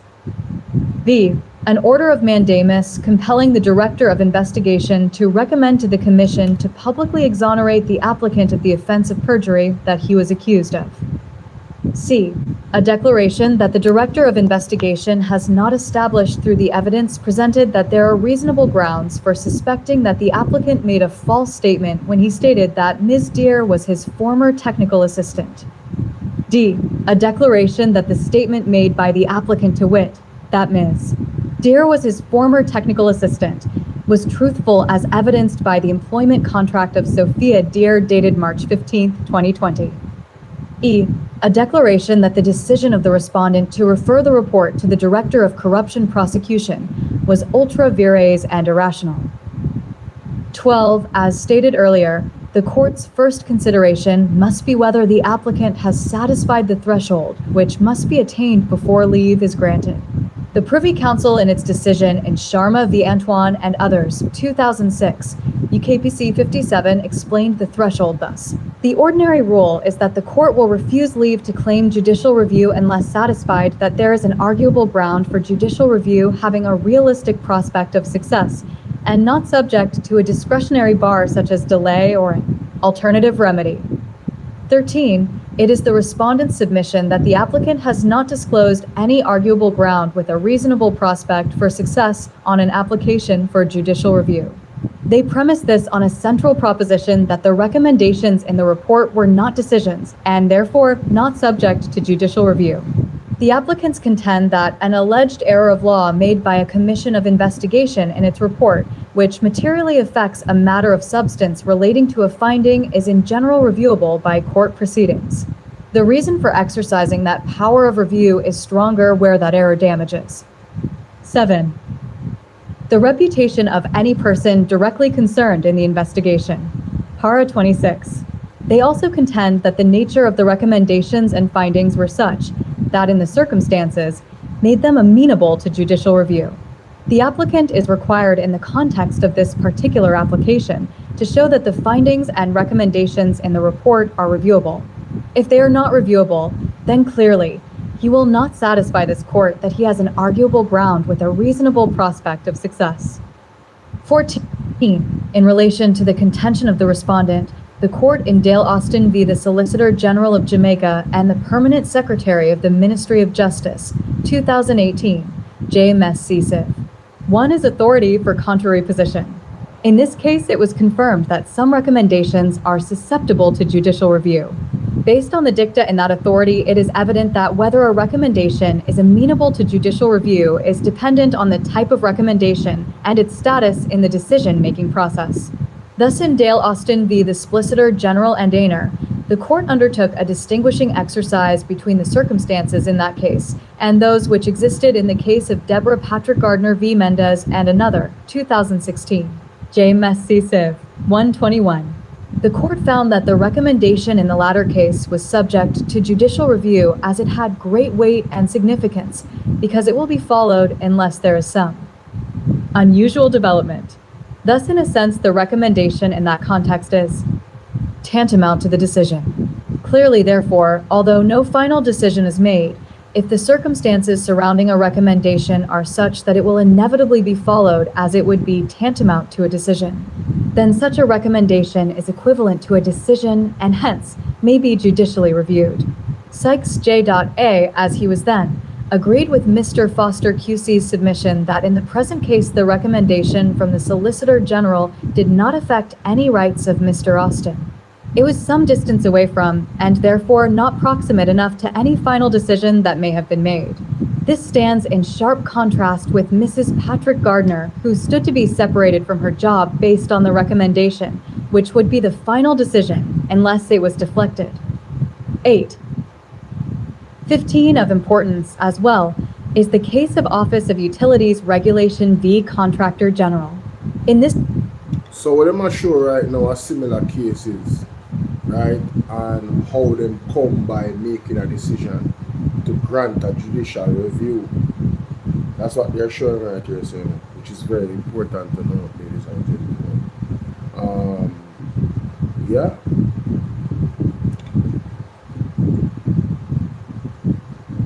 This decision reliance was placed on the view of authors Auburn, Moffitt, and Charland in the text Judicial Review and principles that the courts regularly entertain claims for judicial review of matters that do not directly affect an individual or alter an individual's legal rights or obligations, such as policies and guidance. They also entertained claims for judicial review of non-binding recommendations and advice, and of reports that determine the facts of a matter, but which do not have direct legal consequence. The court, whilst not rejecting this position, was of the view that in each of the cases where judicial review was permitted some practical consequence, which negatively altered the rights of the applicant flowed from the recommendation or guidance which was challenged. It therefore follows from all of the above that 1. Recommendations are reviewable in certain circumstances, such as where the decision will very likely be followed, as, for example, where it is merely rubber stamped, and 2, where there is a breach of a legitimate expectation or some negative alteration of the rights of the applicant as a result of the recommendations being challenged. 16. Thus, given the totality of the foregoing, it would appear that the consideration of the court ought to be whether the recommendations/conclusions or findings can be considered to be tantamount to decisions, and 2, whether findings of the respondent have negatively affected the rights of the applicant or has breached some legitimate expectation. It is with these considerations in mind that the court has to assess whether this is an appropriate case for the granting of leave to apply for judicial review. 17. A relevant backdrop to this process is the quote below by the learned Monget L.J. and Honorable Shirley Tyndall, O.J., and others v. Honorable Justice Boyd Carey, Reddit, and others claim number 2010 HCV 00474. In applying the principle postulated in Sharma, Supra, Her Ladyship stated that it is to be noted that an arguable ground with a realistic prospect of success is not the same thing as an arguable ground with a good prospect of success. The ground must not be fanciful or frivolous. A ground. 9. With a real prospect of success is not the same thing as a ground with a real likelihood of success.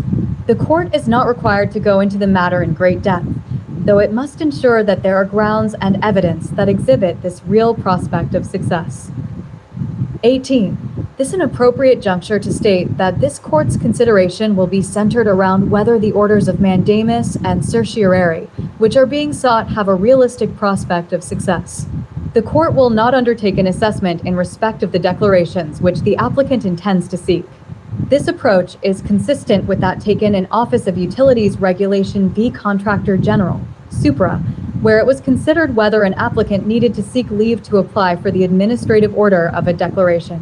In referencing an earlier decision of the Supreme Court in Audrey Bernard Kilbourne v. the Board of Management of Malden Primary School, 2015, James C. Civ 170, it was held at paragraphs 86 to 90 as follows. 86. There is no need for leave to be applied for in respect of public law declarations. I go further. Not only is there no need, there is no basis on which the court can properly consider the question of leave in relation to declarations. 19. Rule 56.3a indicates that certiorari is granted for quashing unlawful acts. Meanwhile, by virtue of Rule 56.3c, an order of mandamus requires the performance of a public duty, including a duty to make a decision or determination. Proceeding on the premise of the foregoing, the issue to be resolved by the court is whether, in respect of the orders of mandamus and certiorari, the applicant has an arguable ground with a realistic prospect of success. An order of mandamus requiring the Director of Investigation to recommend to the Commission to publicly exonerate Dr. Andrew Wheatley of allegations concerning acts of impropriety and nepotism. 10. An order of certiorari quashing adverse conclusions, recommendations, and findings made against the applicant that were not grounded in fact nor law. 20. The applicant has grounded its pursuit of these orders on the basis that the respondent was unfair and acted unlawfully when it concluded that A. Dr. Wheatley was less than truthful and was dishonest in his representation to the Director of Investigation when he described Sophia Deere as his former technical assistant. B. Dr. Wheatley's representation that he divested all matters pertaining to donations within his constituency to the late Councillor Palmer was insincere. C. The suggestion that the strategic placement of certain individuals in key positions at Petrojam Limited served as a corruption enabling mechanism. Impugned recommendations and findings. 21. Dr. Wheatley was less than truthful and was dishonest in his representation to the Director of Investigation when he described Sophia Deere as his former technical assistant. The Director of Investigation recommends that this report be referred to the Director of Corruption Prosecution pursuant to Section 54(3)(b) of the Integrity Commission Act in relation to whether Dr. Andrew Wheatley, MP, was dishonest in his representations concerning Ms. Sophia Deer and whether he sought to mislead and did mislead the Director of Investigation contrary to Section 48(3) of the Integrity Commission Act, Section 1IE of the Commission of Inquiry Act, and Section 4 of the Perjury Act.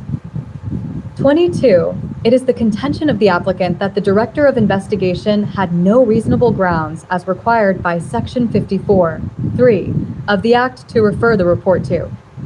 11. The Director of Corruption Prosecution in relation to the description of the relationship of Ms. Deer to the applicant. He argues that in the absence of reasonable grounds, this was irrational and ultra vires. The respondent argues that this recommendation that the matter be referred to the Director of Corruption Prosecution is not final. This court agrees. 23. Unlike the case of Deborah Patrick Gardner v. Mendez and another. The representative argues that the respondent argues that this recommendation that the matter be referred to the Director of Corruption Prosecution is not final. The court agrees. Okay. Another, supra. This recommendation is not tantamount to a decision, and there is no evidence that it is likely to be followed. In fact, Section 54(3) gives the Director of Corruption Prosecution a discretion to do as he deems appropriate, as submitted by the respondent. The recommendation by the Director of Investigation that the report be referred to the Director of Corruption Prosecution has not crystallized into a decision by the Commission, and there has been no initiation of criminal proceedings. It is clear also that this application may be considered premature due to the lack of finality to the recommendation. CR on the application of Verna Wilson and others v. Coventry City Council, 2008, EWHC 2300, a case cited by the respondent. This recommendation is therefore not reviewable. 24. In any event, even if this recommendation amounted to a decision, in that it had some finality, judicial review would in all likelihood be an inappropriate method for its challenge. A decision to prosecute is rarely reviewable. SV Crown Prosecution Service, 2015, EWHC 2868, Admin, 2016, 1 WLR 804. The proper course for the airing of any grouse, if the recommendation is followed, lies in the criminal arena and any contest to the allegations or any charges laid. A decision to prosecute leaves a defendant in criminal proceedings free to challenge the prosecution's case in the usual way through the criminal court, arguing that there is no case to answer or that the decision to prosecute is an abuse of process. 25. Additionally, the court finds little merit in the applicant's contention that there is no basis either in fact or law for the Director of Investigation's conclusion that the applicant was less than truthful and dishonest in his representation to the Director of Investigation when he described Sophia Deer as his former technical. 12. Assistant. While the court makes no pronouncement on whether or not the applicant was in fact truthful, the term less than truthful does not connote complete deceit, but rather that there was not complete forthrightness by the applicant. This is especially so when one considers that the question to the applicant was framed in this way. I am going to ask you now, Dr. Wheatley, some specific names, and it is for you to indicate whether you have any relationship or affiliation and any other relationship, emphasis supplied, with any of the following persons. Sophia Deer. That any other relationship aspect of that question paints a picture of seeking disclosure of every type of relationship that the applicant has with the persons he was being asked about. Hence, his response, which limited his relationship with Ms. Deer to a professional context, cannot without more be said to have been entirely forthright. Additionally, the applicant was aware prior to going to the interview that the investigation was looking into, inter alia, matters such as nepotism and cronyism, and so had every opportunity to disclose that not only was Ms. Deer his technical assistant, but that she was also the mother of his brother's child. Oh my God, Alethea, good night. Jamaica, wanna hear that? Cause I was wondering, this lady when named Sophia Deer, what is What is it about her in this case? Because I've never looked into this case with Dr. Wheatley. So Sophia there is the mother of his brother's child, but he told the commission, according to this, that it was strictly a professional relationship. See it right here, so his response, which limited his relationship to Miss Dare to a professional context, cannot without more his relationship to Miss Dare to a professional context cannot without more, he said, to have been entirely forthright. Additionally, the application was aware prior to going to the interview that the investigation was looking into an inter alia matters such as nepotism, cronyism, and so had every opportunity to disclose that not only was Miss Dare his technical assistant, but that she was also the mother of his brother's child. Unbelievable. So the man knows him go upon an interview with the Integrity Commission looking into nepotism and cronyism, and he failed to mention the full scope of the relationship between him and this lady that is the mother of his brother's child. Come on, man. How can you trust these people? How can you trust these people? And this is the man that took the Integrity Commission to court in 2020. If I'm reading the document right here, that's what we're looking into now, ladies and gentlemen. Wow.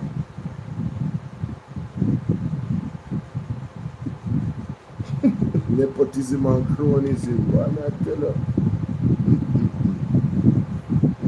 Consequently, the court is not of the view that in respect of the order of certiorari, that this is an arguable ground with a realistic prospect of success. 26-2. Basically, the court is saying that he's not going to win against the Integrity Commission in this argument. So they say you're not getting a judicial review for that section about honesty and not being as forthcoming. You're not going to win that argument. So they say that's right. 2. Dr. Wheatley's representation that he divested all matters pertaining to donations within his constituency to the late Councillor Palmer was insincere. The Director of Investigation in portions of the report concluded that A. The Director of Investigation notes the statements provided by Dr. Andrew Wheatley, Mr. Lionel Myrie, and Mr. Oswald Williams regarding the alleged key involvement of the late Councillor Owen Palmer and questions the sincerity of the representations. The Director of Investigation makes its conclusion on the basis that Mr. Owen Palmer is deceased, and as a result, the Director of Investigation is unable to corroborate the following. 13. 2.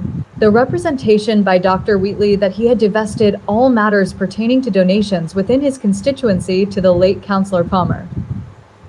3. The representation by Mr. Lionel Myrie that the late Councillor Palmer instructed him to forward emails requesting donations from Petrojam Limited on behalf of Homestead Citizens for Action Benevolent Society. And 4. The representation by Mr. Oswald Williams that the late Councillor Palmer verbally contracted him to construct the classrooms at the Homestead Primary School. So there is no documentation of these things that they say the late Councillor Palmer said. This sound like the FLA situation where a dead man bought ammunition. Dead man can't defend himself. So therefore the Integrity Commission cannot take Andrew Wheatley's word for it. There's no evidence. Very interesting. Very interesting. Wow. This is very interesting, ladies and gentlemen. Oh my God. School.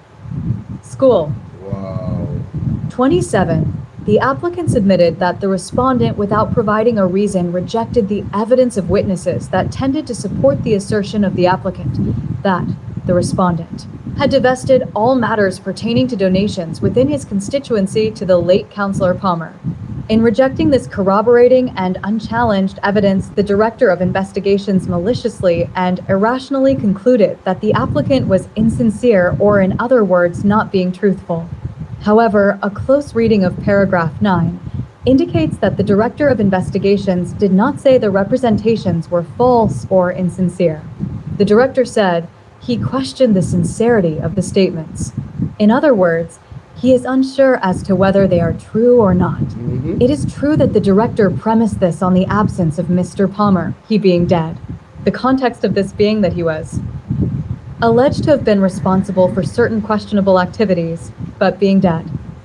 He was unavailable for the purpose of corroboration. Exactly. The other witnesses do not strictly corroborate the applicant.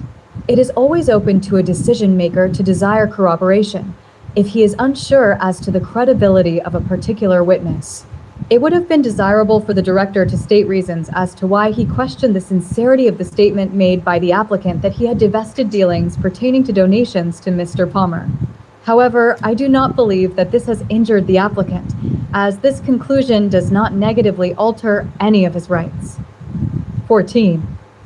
Or breach any legitimate expectation. It does not injure his reputation, as it does not assert that he was untruthful.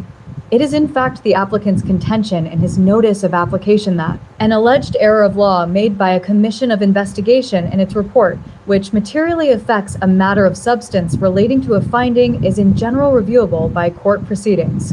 The reason for exercising that power of review is stronger where that error damages the reputation of any person directly concerned in the investigation. I agree with this position. The applicant has not shown that in relation to this particular heading, he has a realistic prospect of success. 111. The suggestion that the strategic placement of certain individuals in key positions at Petrojam Limited served as a corruption-enabling mechanism. Paragraph 8 of the conclusions of the report is as follows. Based on the documentary evidence provided herein, the Director of Investigation questions whether the strategic placement of certain individuals in key positions at Petrojam Limited served as corruption-enabling mechanisms. A. The strategic placement of certain individuals is evidenced by the appointment of Dr. Perceval Bahadur Singh and Mr. Richard Creary to the board of Petrojam Limited. Dr. Bahadur Singh and Mr. Creary thereafter interviewed Mr. Floyd Grinley for the position as General Manager, Petrojam Limited, a post to which he was selected as the successful candidate. Mr. Floyd Grinley, after being appointed as the General Manager of Petrojam Limited, was a part of the 3-member interview panel which recruited Mrs. Yolanda Ramharak as the Human Resource Development and Administration Manager, the position that oversees the grant of donations by the entity as well as the recruitment of staff. 15. The Director of Investigations has recommended referral to the police in relation to allegations of fraud and to the Financial Investigation Division in relation to some of the donations.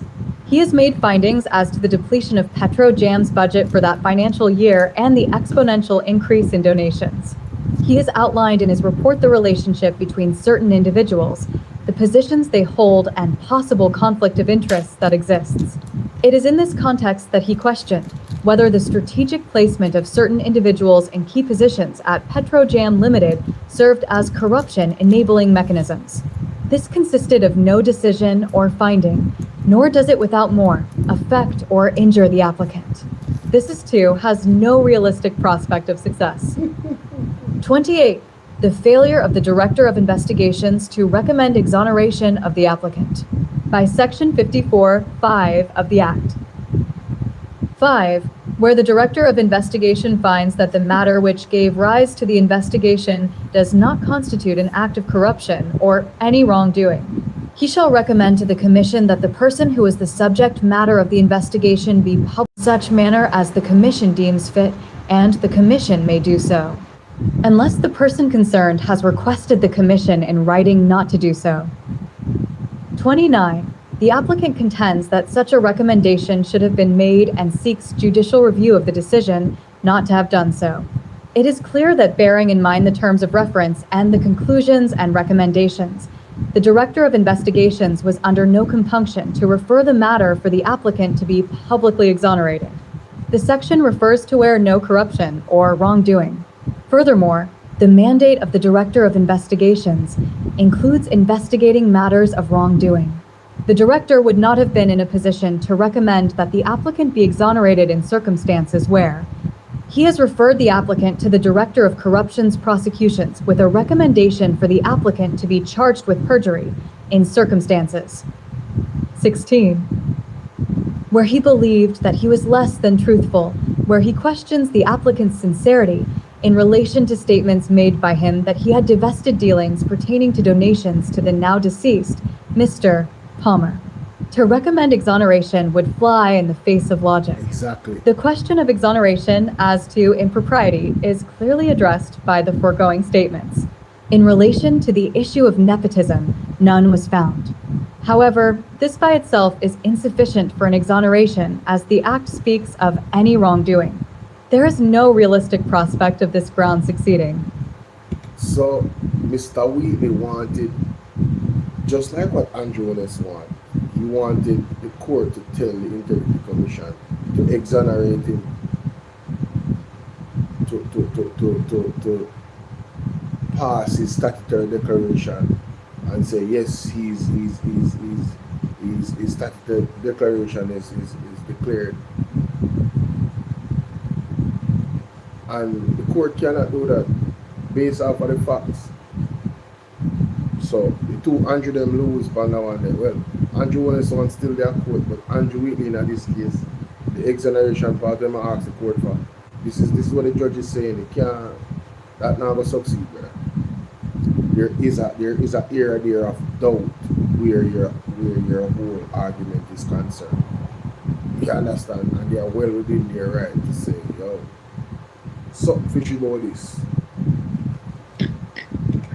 Yo, Jaja. Succeeding.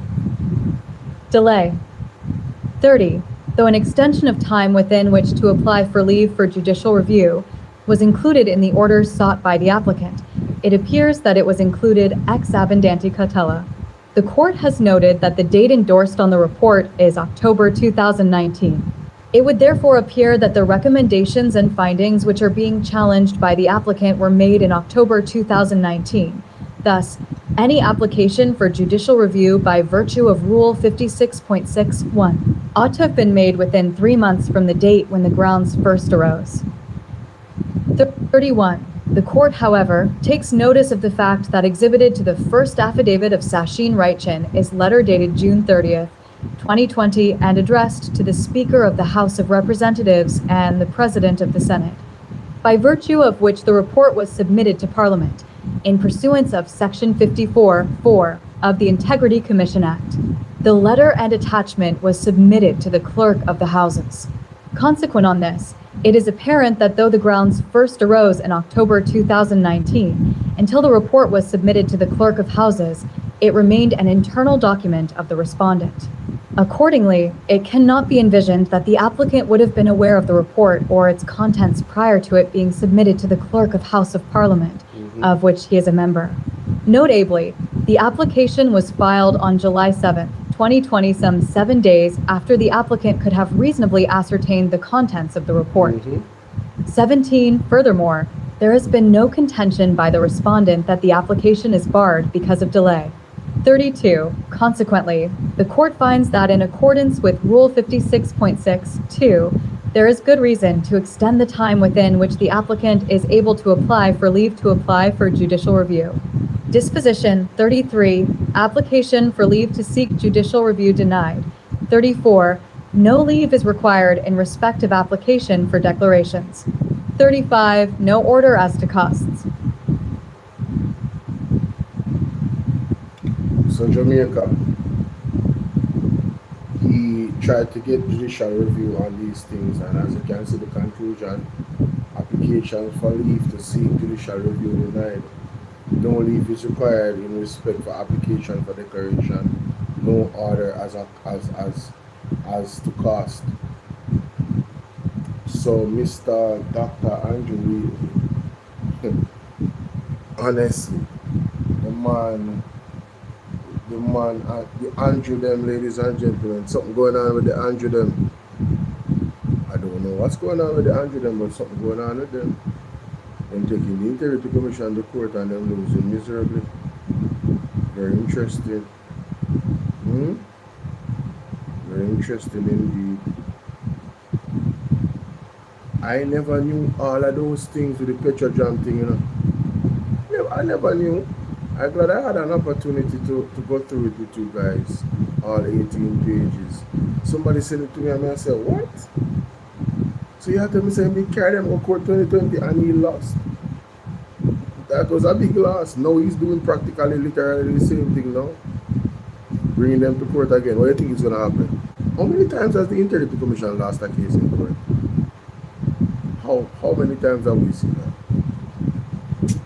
Yeah, it's a young history, but when you do follow the law, it's pretty hard for you to lose in court when you follow the law. Yes? But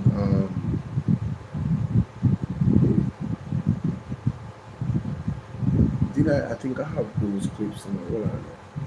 Clip them will never search. I think I have them. If I don't, that is how here it is.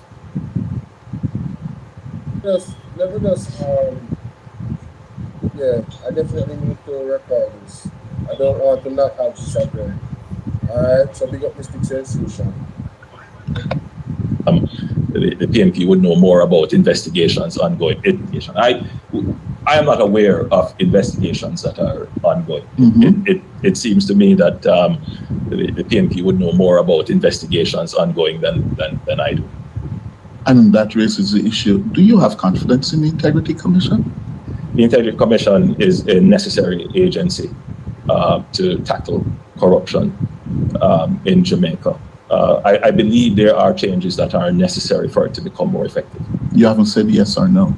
I believe there are changes to make it more effective. So as of this moment, do you have confidence in it? I believe there are changes that are necessary. It needs fixing. Precisely. And this is not just my opinion. I believe. So,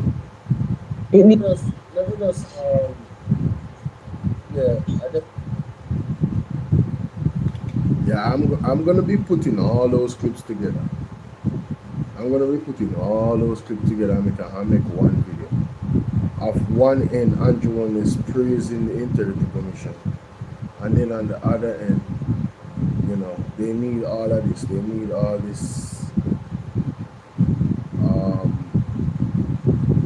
No, I don't know why I came here.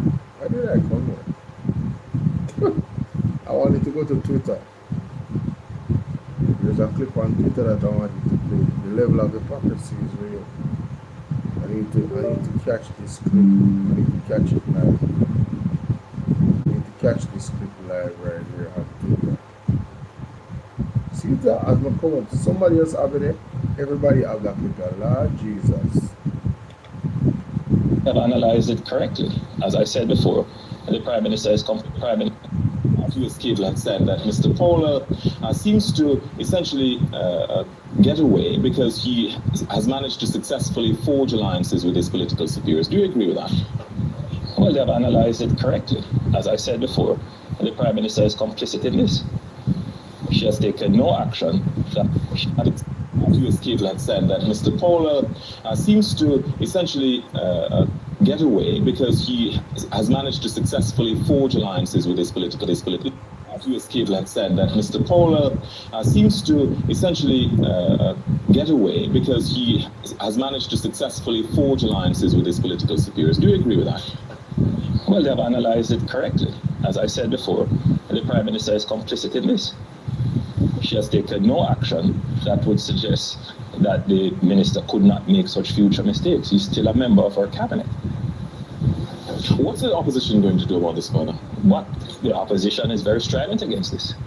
And, you know, those questions, what will the opposition do? The opposition can't unappoint the minister. The real question is, what is the government going to do about this? It is a discretion. I am adding pressure right now as I speak to you. We have written to the Prime Minister to make known our concerns. It is the Prime Minister who must act. And my job is to stimulate public opinion as well, so that the public is not misguided by opinion leaders who seem to be very comfortable with the low standard of governance that is being offered by this government. What if the Prime Minister does nothing else, doesn't ask for his resignation or anything? It reflects the kind of Prime Minister that we have, and the country must decide if we're comfortable with that. Had you been Prime Minister, what would my actions would be clear? my actions will be clear and decisive, and I make no bones about that. I believe in a very high standard of governance. He would not be a minister today.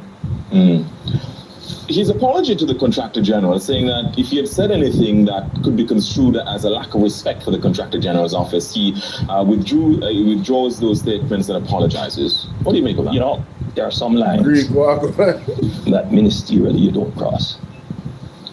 And apologies are not good enough to fix them when you have crossed them. He did that with the Contractor General. It shows a mind that does not respect the limits of his authority. And that's dangerous in a minister. And for a prime minister to accept that is to place the public's interest in peril as well. Dr. Vincent Lawrence is now going to be heading that energy enterprise team. What?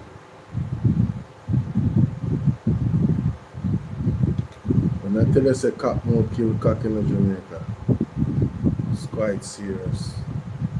And then this particular tweet from Andrew, the PM must act decisively by removing Richard Azan as state minister in keeping with her commitment to stamp out corruption.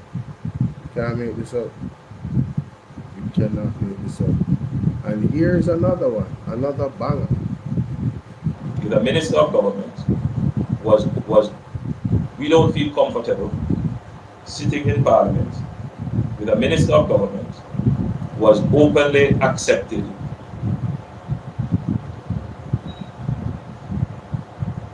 responsibility, who expresses no regret for the act, where a Commissioner of Parliament has confirmed that the act is corrupt and has referred it for prosecution, and that minister shows no sign of wanting to resign, or the Prime Minister showing no signs of moving to dismiss the minister. With all the sympathy that one can have for support, this is embarrassing, not only to the government as a party, not only the PNP, but to the government, to Jamaica, to all of us. Our heads bow this morning with this sort of reaction. So we have to take firm actions in this regard. It is a dark day for Jamaica, where the Prime Minister is unwilling or afraid to act against a minister in which the public has lost total confidence and in which the institutions of the society all agree that this person does not enjoy their trust or faith and has breached the confidence that the people have placed in them. I believe that this has the potential, if it continues, to bring down the entire government. When I tell you, man, that this man is his own biggest enemy, his mouth. When I tell you, this man is his own biggest enemy, ladies and gentlemen, I kid you not. I kid you not.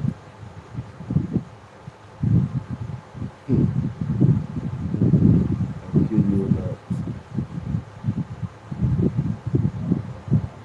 I want you to put that on record, ladies and gentlemen, for all of you. March, what you doing, March? 3 card, man, not true? 3 card, man. Again, I want to encourage you guys to share this live with as much persons as possible. Alright, I am not going to go any further. I'm going to leave it there. I will be coming on in the morning again. So, see you guys tomorrow morning. Well, later this morning, Monday morning. Alright, God bless you, and you guys have yourselves. I mean, some people are going to work, and some people they are work already. So we know what goes. So just share up the live, you know, they will watch the replay and definitely capture the value of this particular live stream. You know what I mean? I know a lot of people did not know about this case with Andrew Wheatley in the 2020 Integrity Commission asking for digital review. And the court said no review, sir. The facts are the facts. Mighty God. And it went in detail, but that's pretty much the conclusion. The facts are the facts. They did not, you know. Alright, let me say this story. That happened in 2020. Do you believe the Integrity Commission would operate in any way to give Andrew Wheatley an opportunity to sue them and win after what he did in 2020 with the Petrojam thing? You would think the Integrity Commission dealing with Andrew Wheatley and within themselves seeing and having suspicions about him not being totally honest about things, you would think that they would have dealt with the situation in a way to leave him any loophole to sue them and win. Let me tell you something, man. Mr. Mystic Sensation Byron was on point. Andrew Wheatley, in my opinion, is going to be charged when this reaches the end of the stick. Legally, he is going to be charged, ladies and gentlemen. I don't think he's going to win nothing against the Integrity Commission based off what we just read and what we looked at. I am now even more confident that he will cook. That's my opinion. But I digress. I leave that with you guys to ponder. You guys have a wonderful morning. And thanks for being here. Bolo VNR, Bolo VNR 2.0, Bolo VNR Clips, and Bolo TVV. Big up on yourself. The word is love. I'm out. Peace. I know some have to go play this song one more time before me left. Oh gosh, man. I have to play this song one more time before me left Jamaica. I can't leave a place like this. Alright? I have to play this song one more time before me left. Yes. 10 years, you say. 10 long years and look how Jamaica stay. No light, no road, no food, pan we play. People are suffer while Andrew I live great. You stand up on the platform, smile wide and proud. I tell we about prosperity, but we can't see it all now. Hurricane come through and left the people bare. 6 months later, them still out there, asleep under the air. Your JLP friends them build high-rise, road still full of holes. House pocket yo. Hold security now. 10 years, you say. 10 long years and look how Jamaica stay. No light, no road, no food, pan we play. People are suffer while Andrew I live great. You stand up on the platform, smile wide and proud. I tell we about prosperity, but we can't see it all now. Hurricane come through and left the people bare. 6 months later, them still out there, asleep under the air. Your JLP friends them build high-rise, road still full of holes. House pocket to a field, while the nation lose its soul. Hospital overflow, picnic can't get bed. School roof a leak, but you and Juliet well fed. You always have excuse, always pass the blame. Every time something wrong, it never go in your name. Jamaica a drown and you claim you're unclean. Biggest actor in a politics we ever see it. Holness, time to go. Time to go. The people we say no. 10 years and we can't take no more, you know, hear us. We are not on the door. Holness, time to go. Time to go. From Kingston to Level, the people say so. We tired, we hungry, we done with the show. Holness, time to go. Farmer can't afford to plant, food price reach the sky. You're bringing the poverty while your own people cry. We born ya, we grow ya, we bleed for this land. But Andrew at the top won't extend the man. You talk about vision, you talk about plan. But 10 years later we still can't understand. Corruption report London, nobody charge. The people pocket small but the scandal them large. Who's crack up parish council bro? Country suffocate done and it just move. And when we raise the voice so call we political. But the truth is the truth and the truth is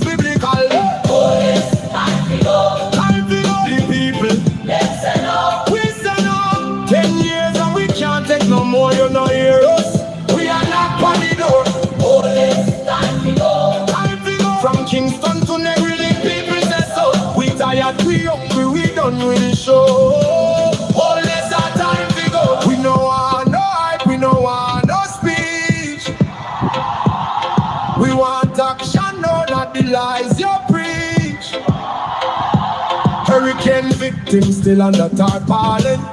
Prime Minister fly gone foreign. Your JLP cabinet full, but the people copy empty. Oh, you live so large when we live in so scanty. Not with fists, not with fire, but we voice them. Rising higher and higher. From every parish, every yard, every gate. Jamaica speaking and I'm not too late. Time for the people. We said no, 10 years and we can't take no more, you know, hear us. We are not panicked up. Time for go. From Kingston to Negril, people say so. We tired, we hungry, we done with the show. Oh yes, our time to go. This one is for every Jamaican. We can't afford feet. We are sleep on cardboard. We are drive on broken road. The people don't forget. The people don't forgive. Enough is enough. Jamaicans will live.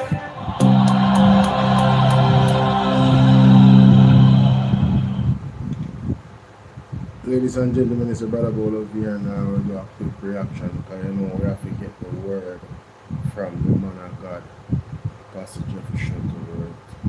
See what's going on in this one, ladies and gentlemen. Please like, share, and subscribe. And make sure you go to our word and our verse on TikTok and follow the page, alright? You are diabetic. You may end up depending on their health ill because you are diabetic. You may end up depending on their health system for medication and so on. They don't want you. You are recovering from a stroke, although you're not seeing, it's not being shown. They will know. You took the rat poison called the COVID-19 vaccine. They'll know because your medical record will reveal that. And all the other things. And so long before